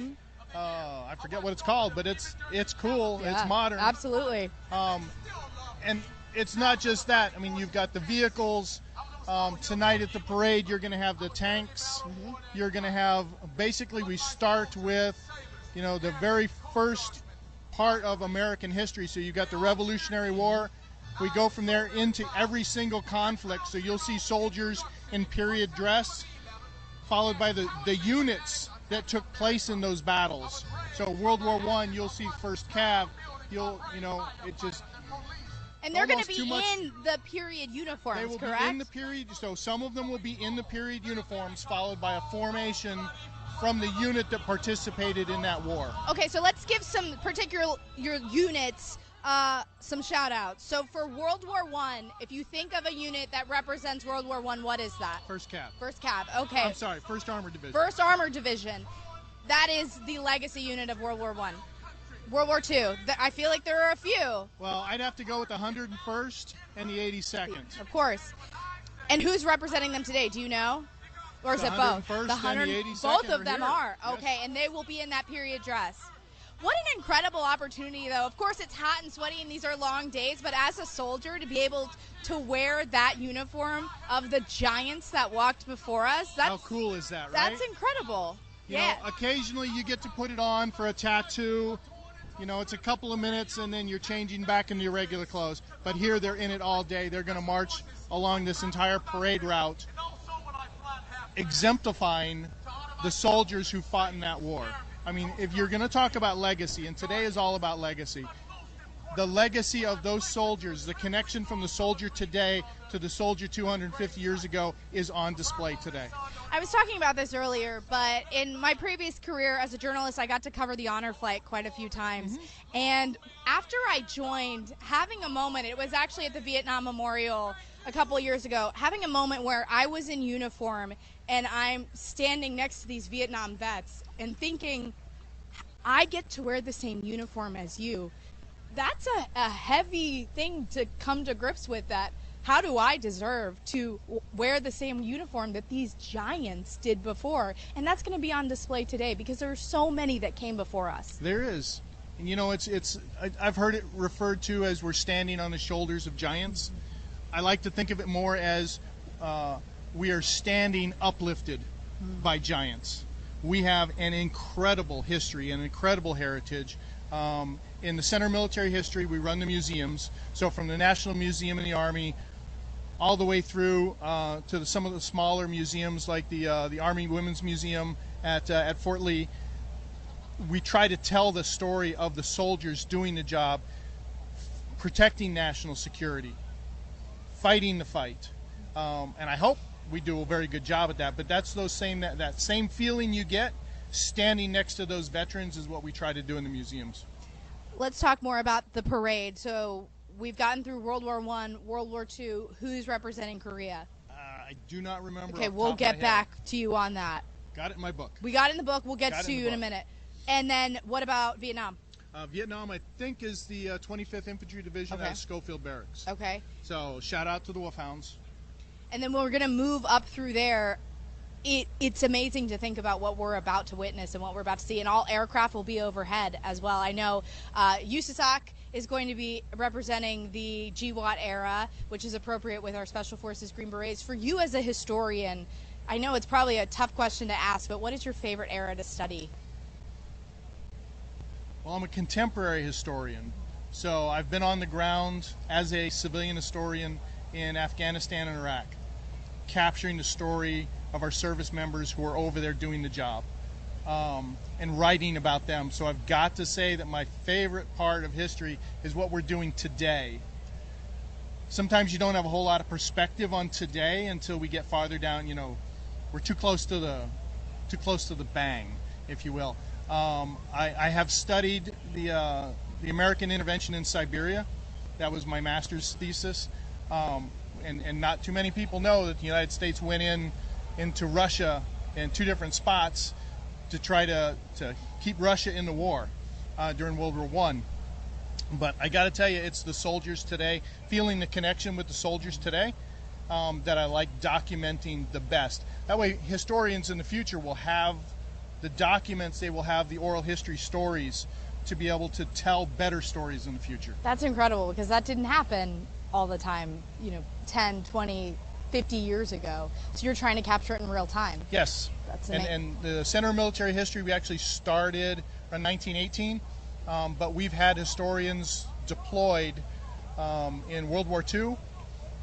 They were out there. There's very few of them, and they wandered around the battlefield.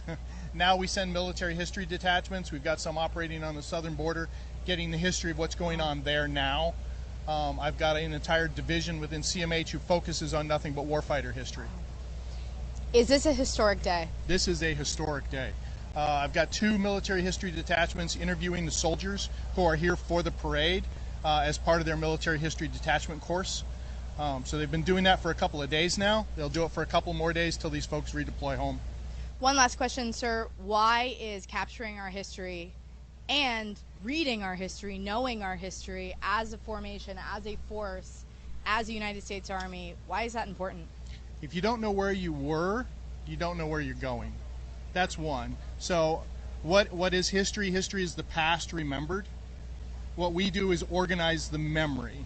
So the past is remembered and can influence the future positively. So we can tell those stories so the legacy continues. But even more than that, one of those things that contemporary historians do is we are in the room when things happen. We can go back to recent history and say, something like this happened 10, 15, 20, 50 years ago. Here's what the people thought at the time. Here's the decisions that were made. We get that to the decision makers, and they make better decisions. We save lives, we increase lethality, we increase effectiveness because the decisions are better because a historian was in the room. History can change the future. History can change the future. If you own the past, you own the present. Is that the way the thing goes? Sounds about right. Yeah. Sir, one more time, plug your website where people can find out more information. So the Center of Military History is history.army.mil. Thank you so much. Pleasure. And you heard that this is a historic day, a historic evening. At 6:30 is when the parade is scheduled to start, rain or shine. So far, the weather has held off, but this is a pivotal moment. You're going to see soldiers marching in period dress from all of those important eras that are a part of our lineage, a part of our legacy here as United States Army soldiers. I know I am proud to wear this uniform today and every day, but today especially. So we're going to leave you for a second, and we'll come back to wrap it up soon. Hey guys, we are back, and we are closing out.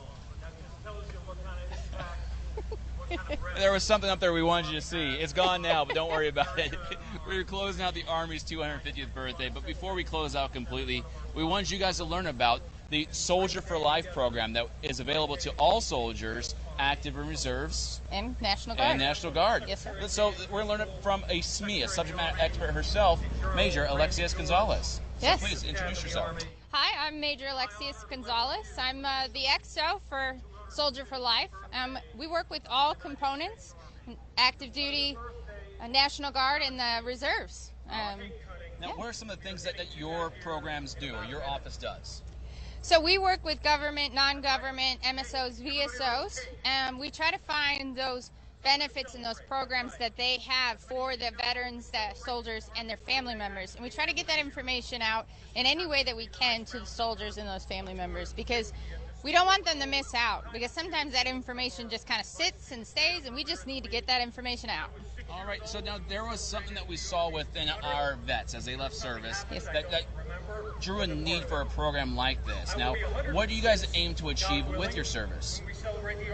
We aim to achieve that once you're a soldier, no matter how you enter the service, you're a soldier for life. Whether that was one term, whether you retired, whether you exited the service through a medical retirement, you are a soldier for life. That is the mindset that we're trying to instill with all soldiers.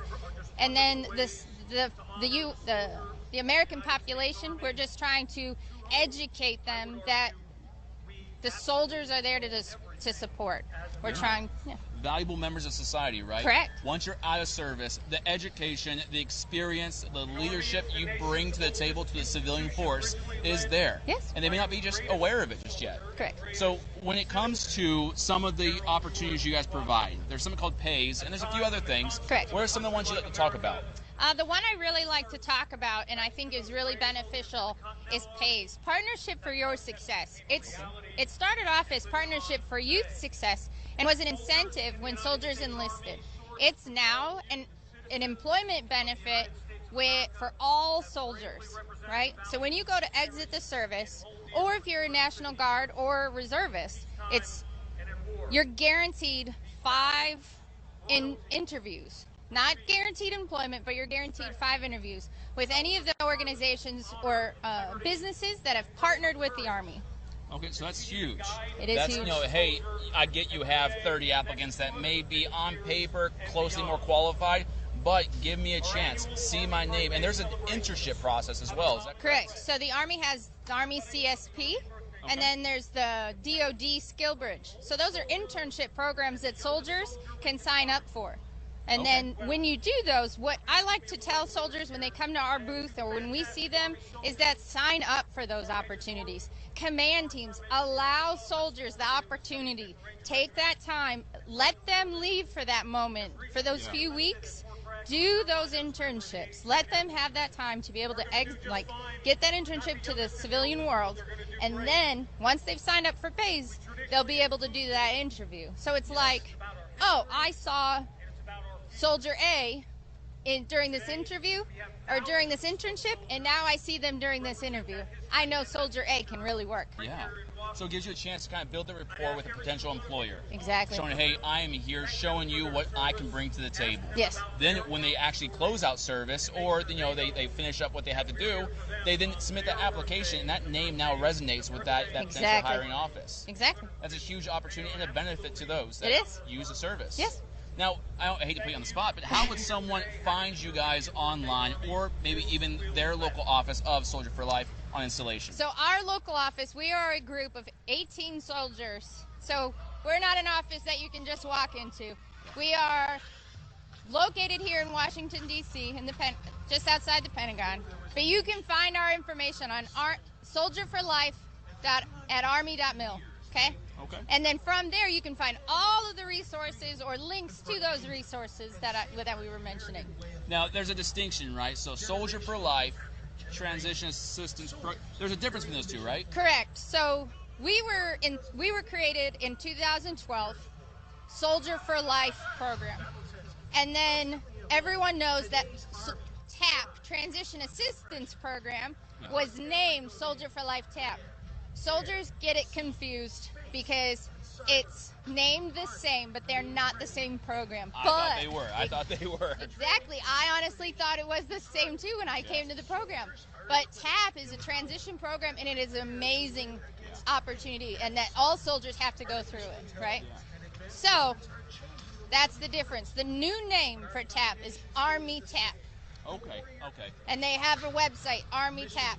A rebrand brings clarity. Correct. All right. So the Soldier for Life program, is there anything else you guys would like to tell the audience, the many soldiers out there who are currently in service who may not be aware of what you bring to the table? Any kind of words of advice? I want you to know that you are always a soldier for life, right? You join, keep that in mind. Share that with America. Let them know. You guys are the ones that bring the soldiers to the Army. You guys are the ones that will make the next generation of our service. That's true. Their strong testimonies by being cared for with strong leaders on the way out being set up for success is huge in their testimony when they advocate for the future generations. Yes. I love that. Well, hey, thank you so much, Major. I appreciate your time. And as well, please go out there, check out your local Soldier for Life programs, as well as the online portion to provide all the resources and opportunities out there that you may not be familiar with. Guard, reserves, active duty, check it out. Now, guys, thank you so much for staying with us as we celebrate the Army's 250th birthday. Check your local news station as they broadcast live the Army's 250th parade later this afternoon in Washington, D.C. Thank you guys again. You guys take care. Have a good day.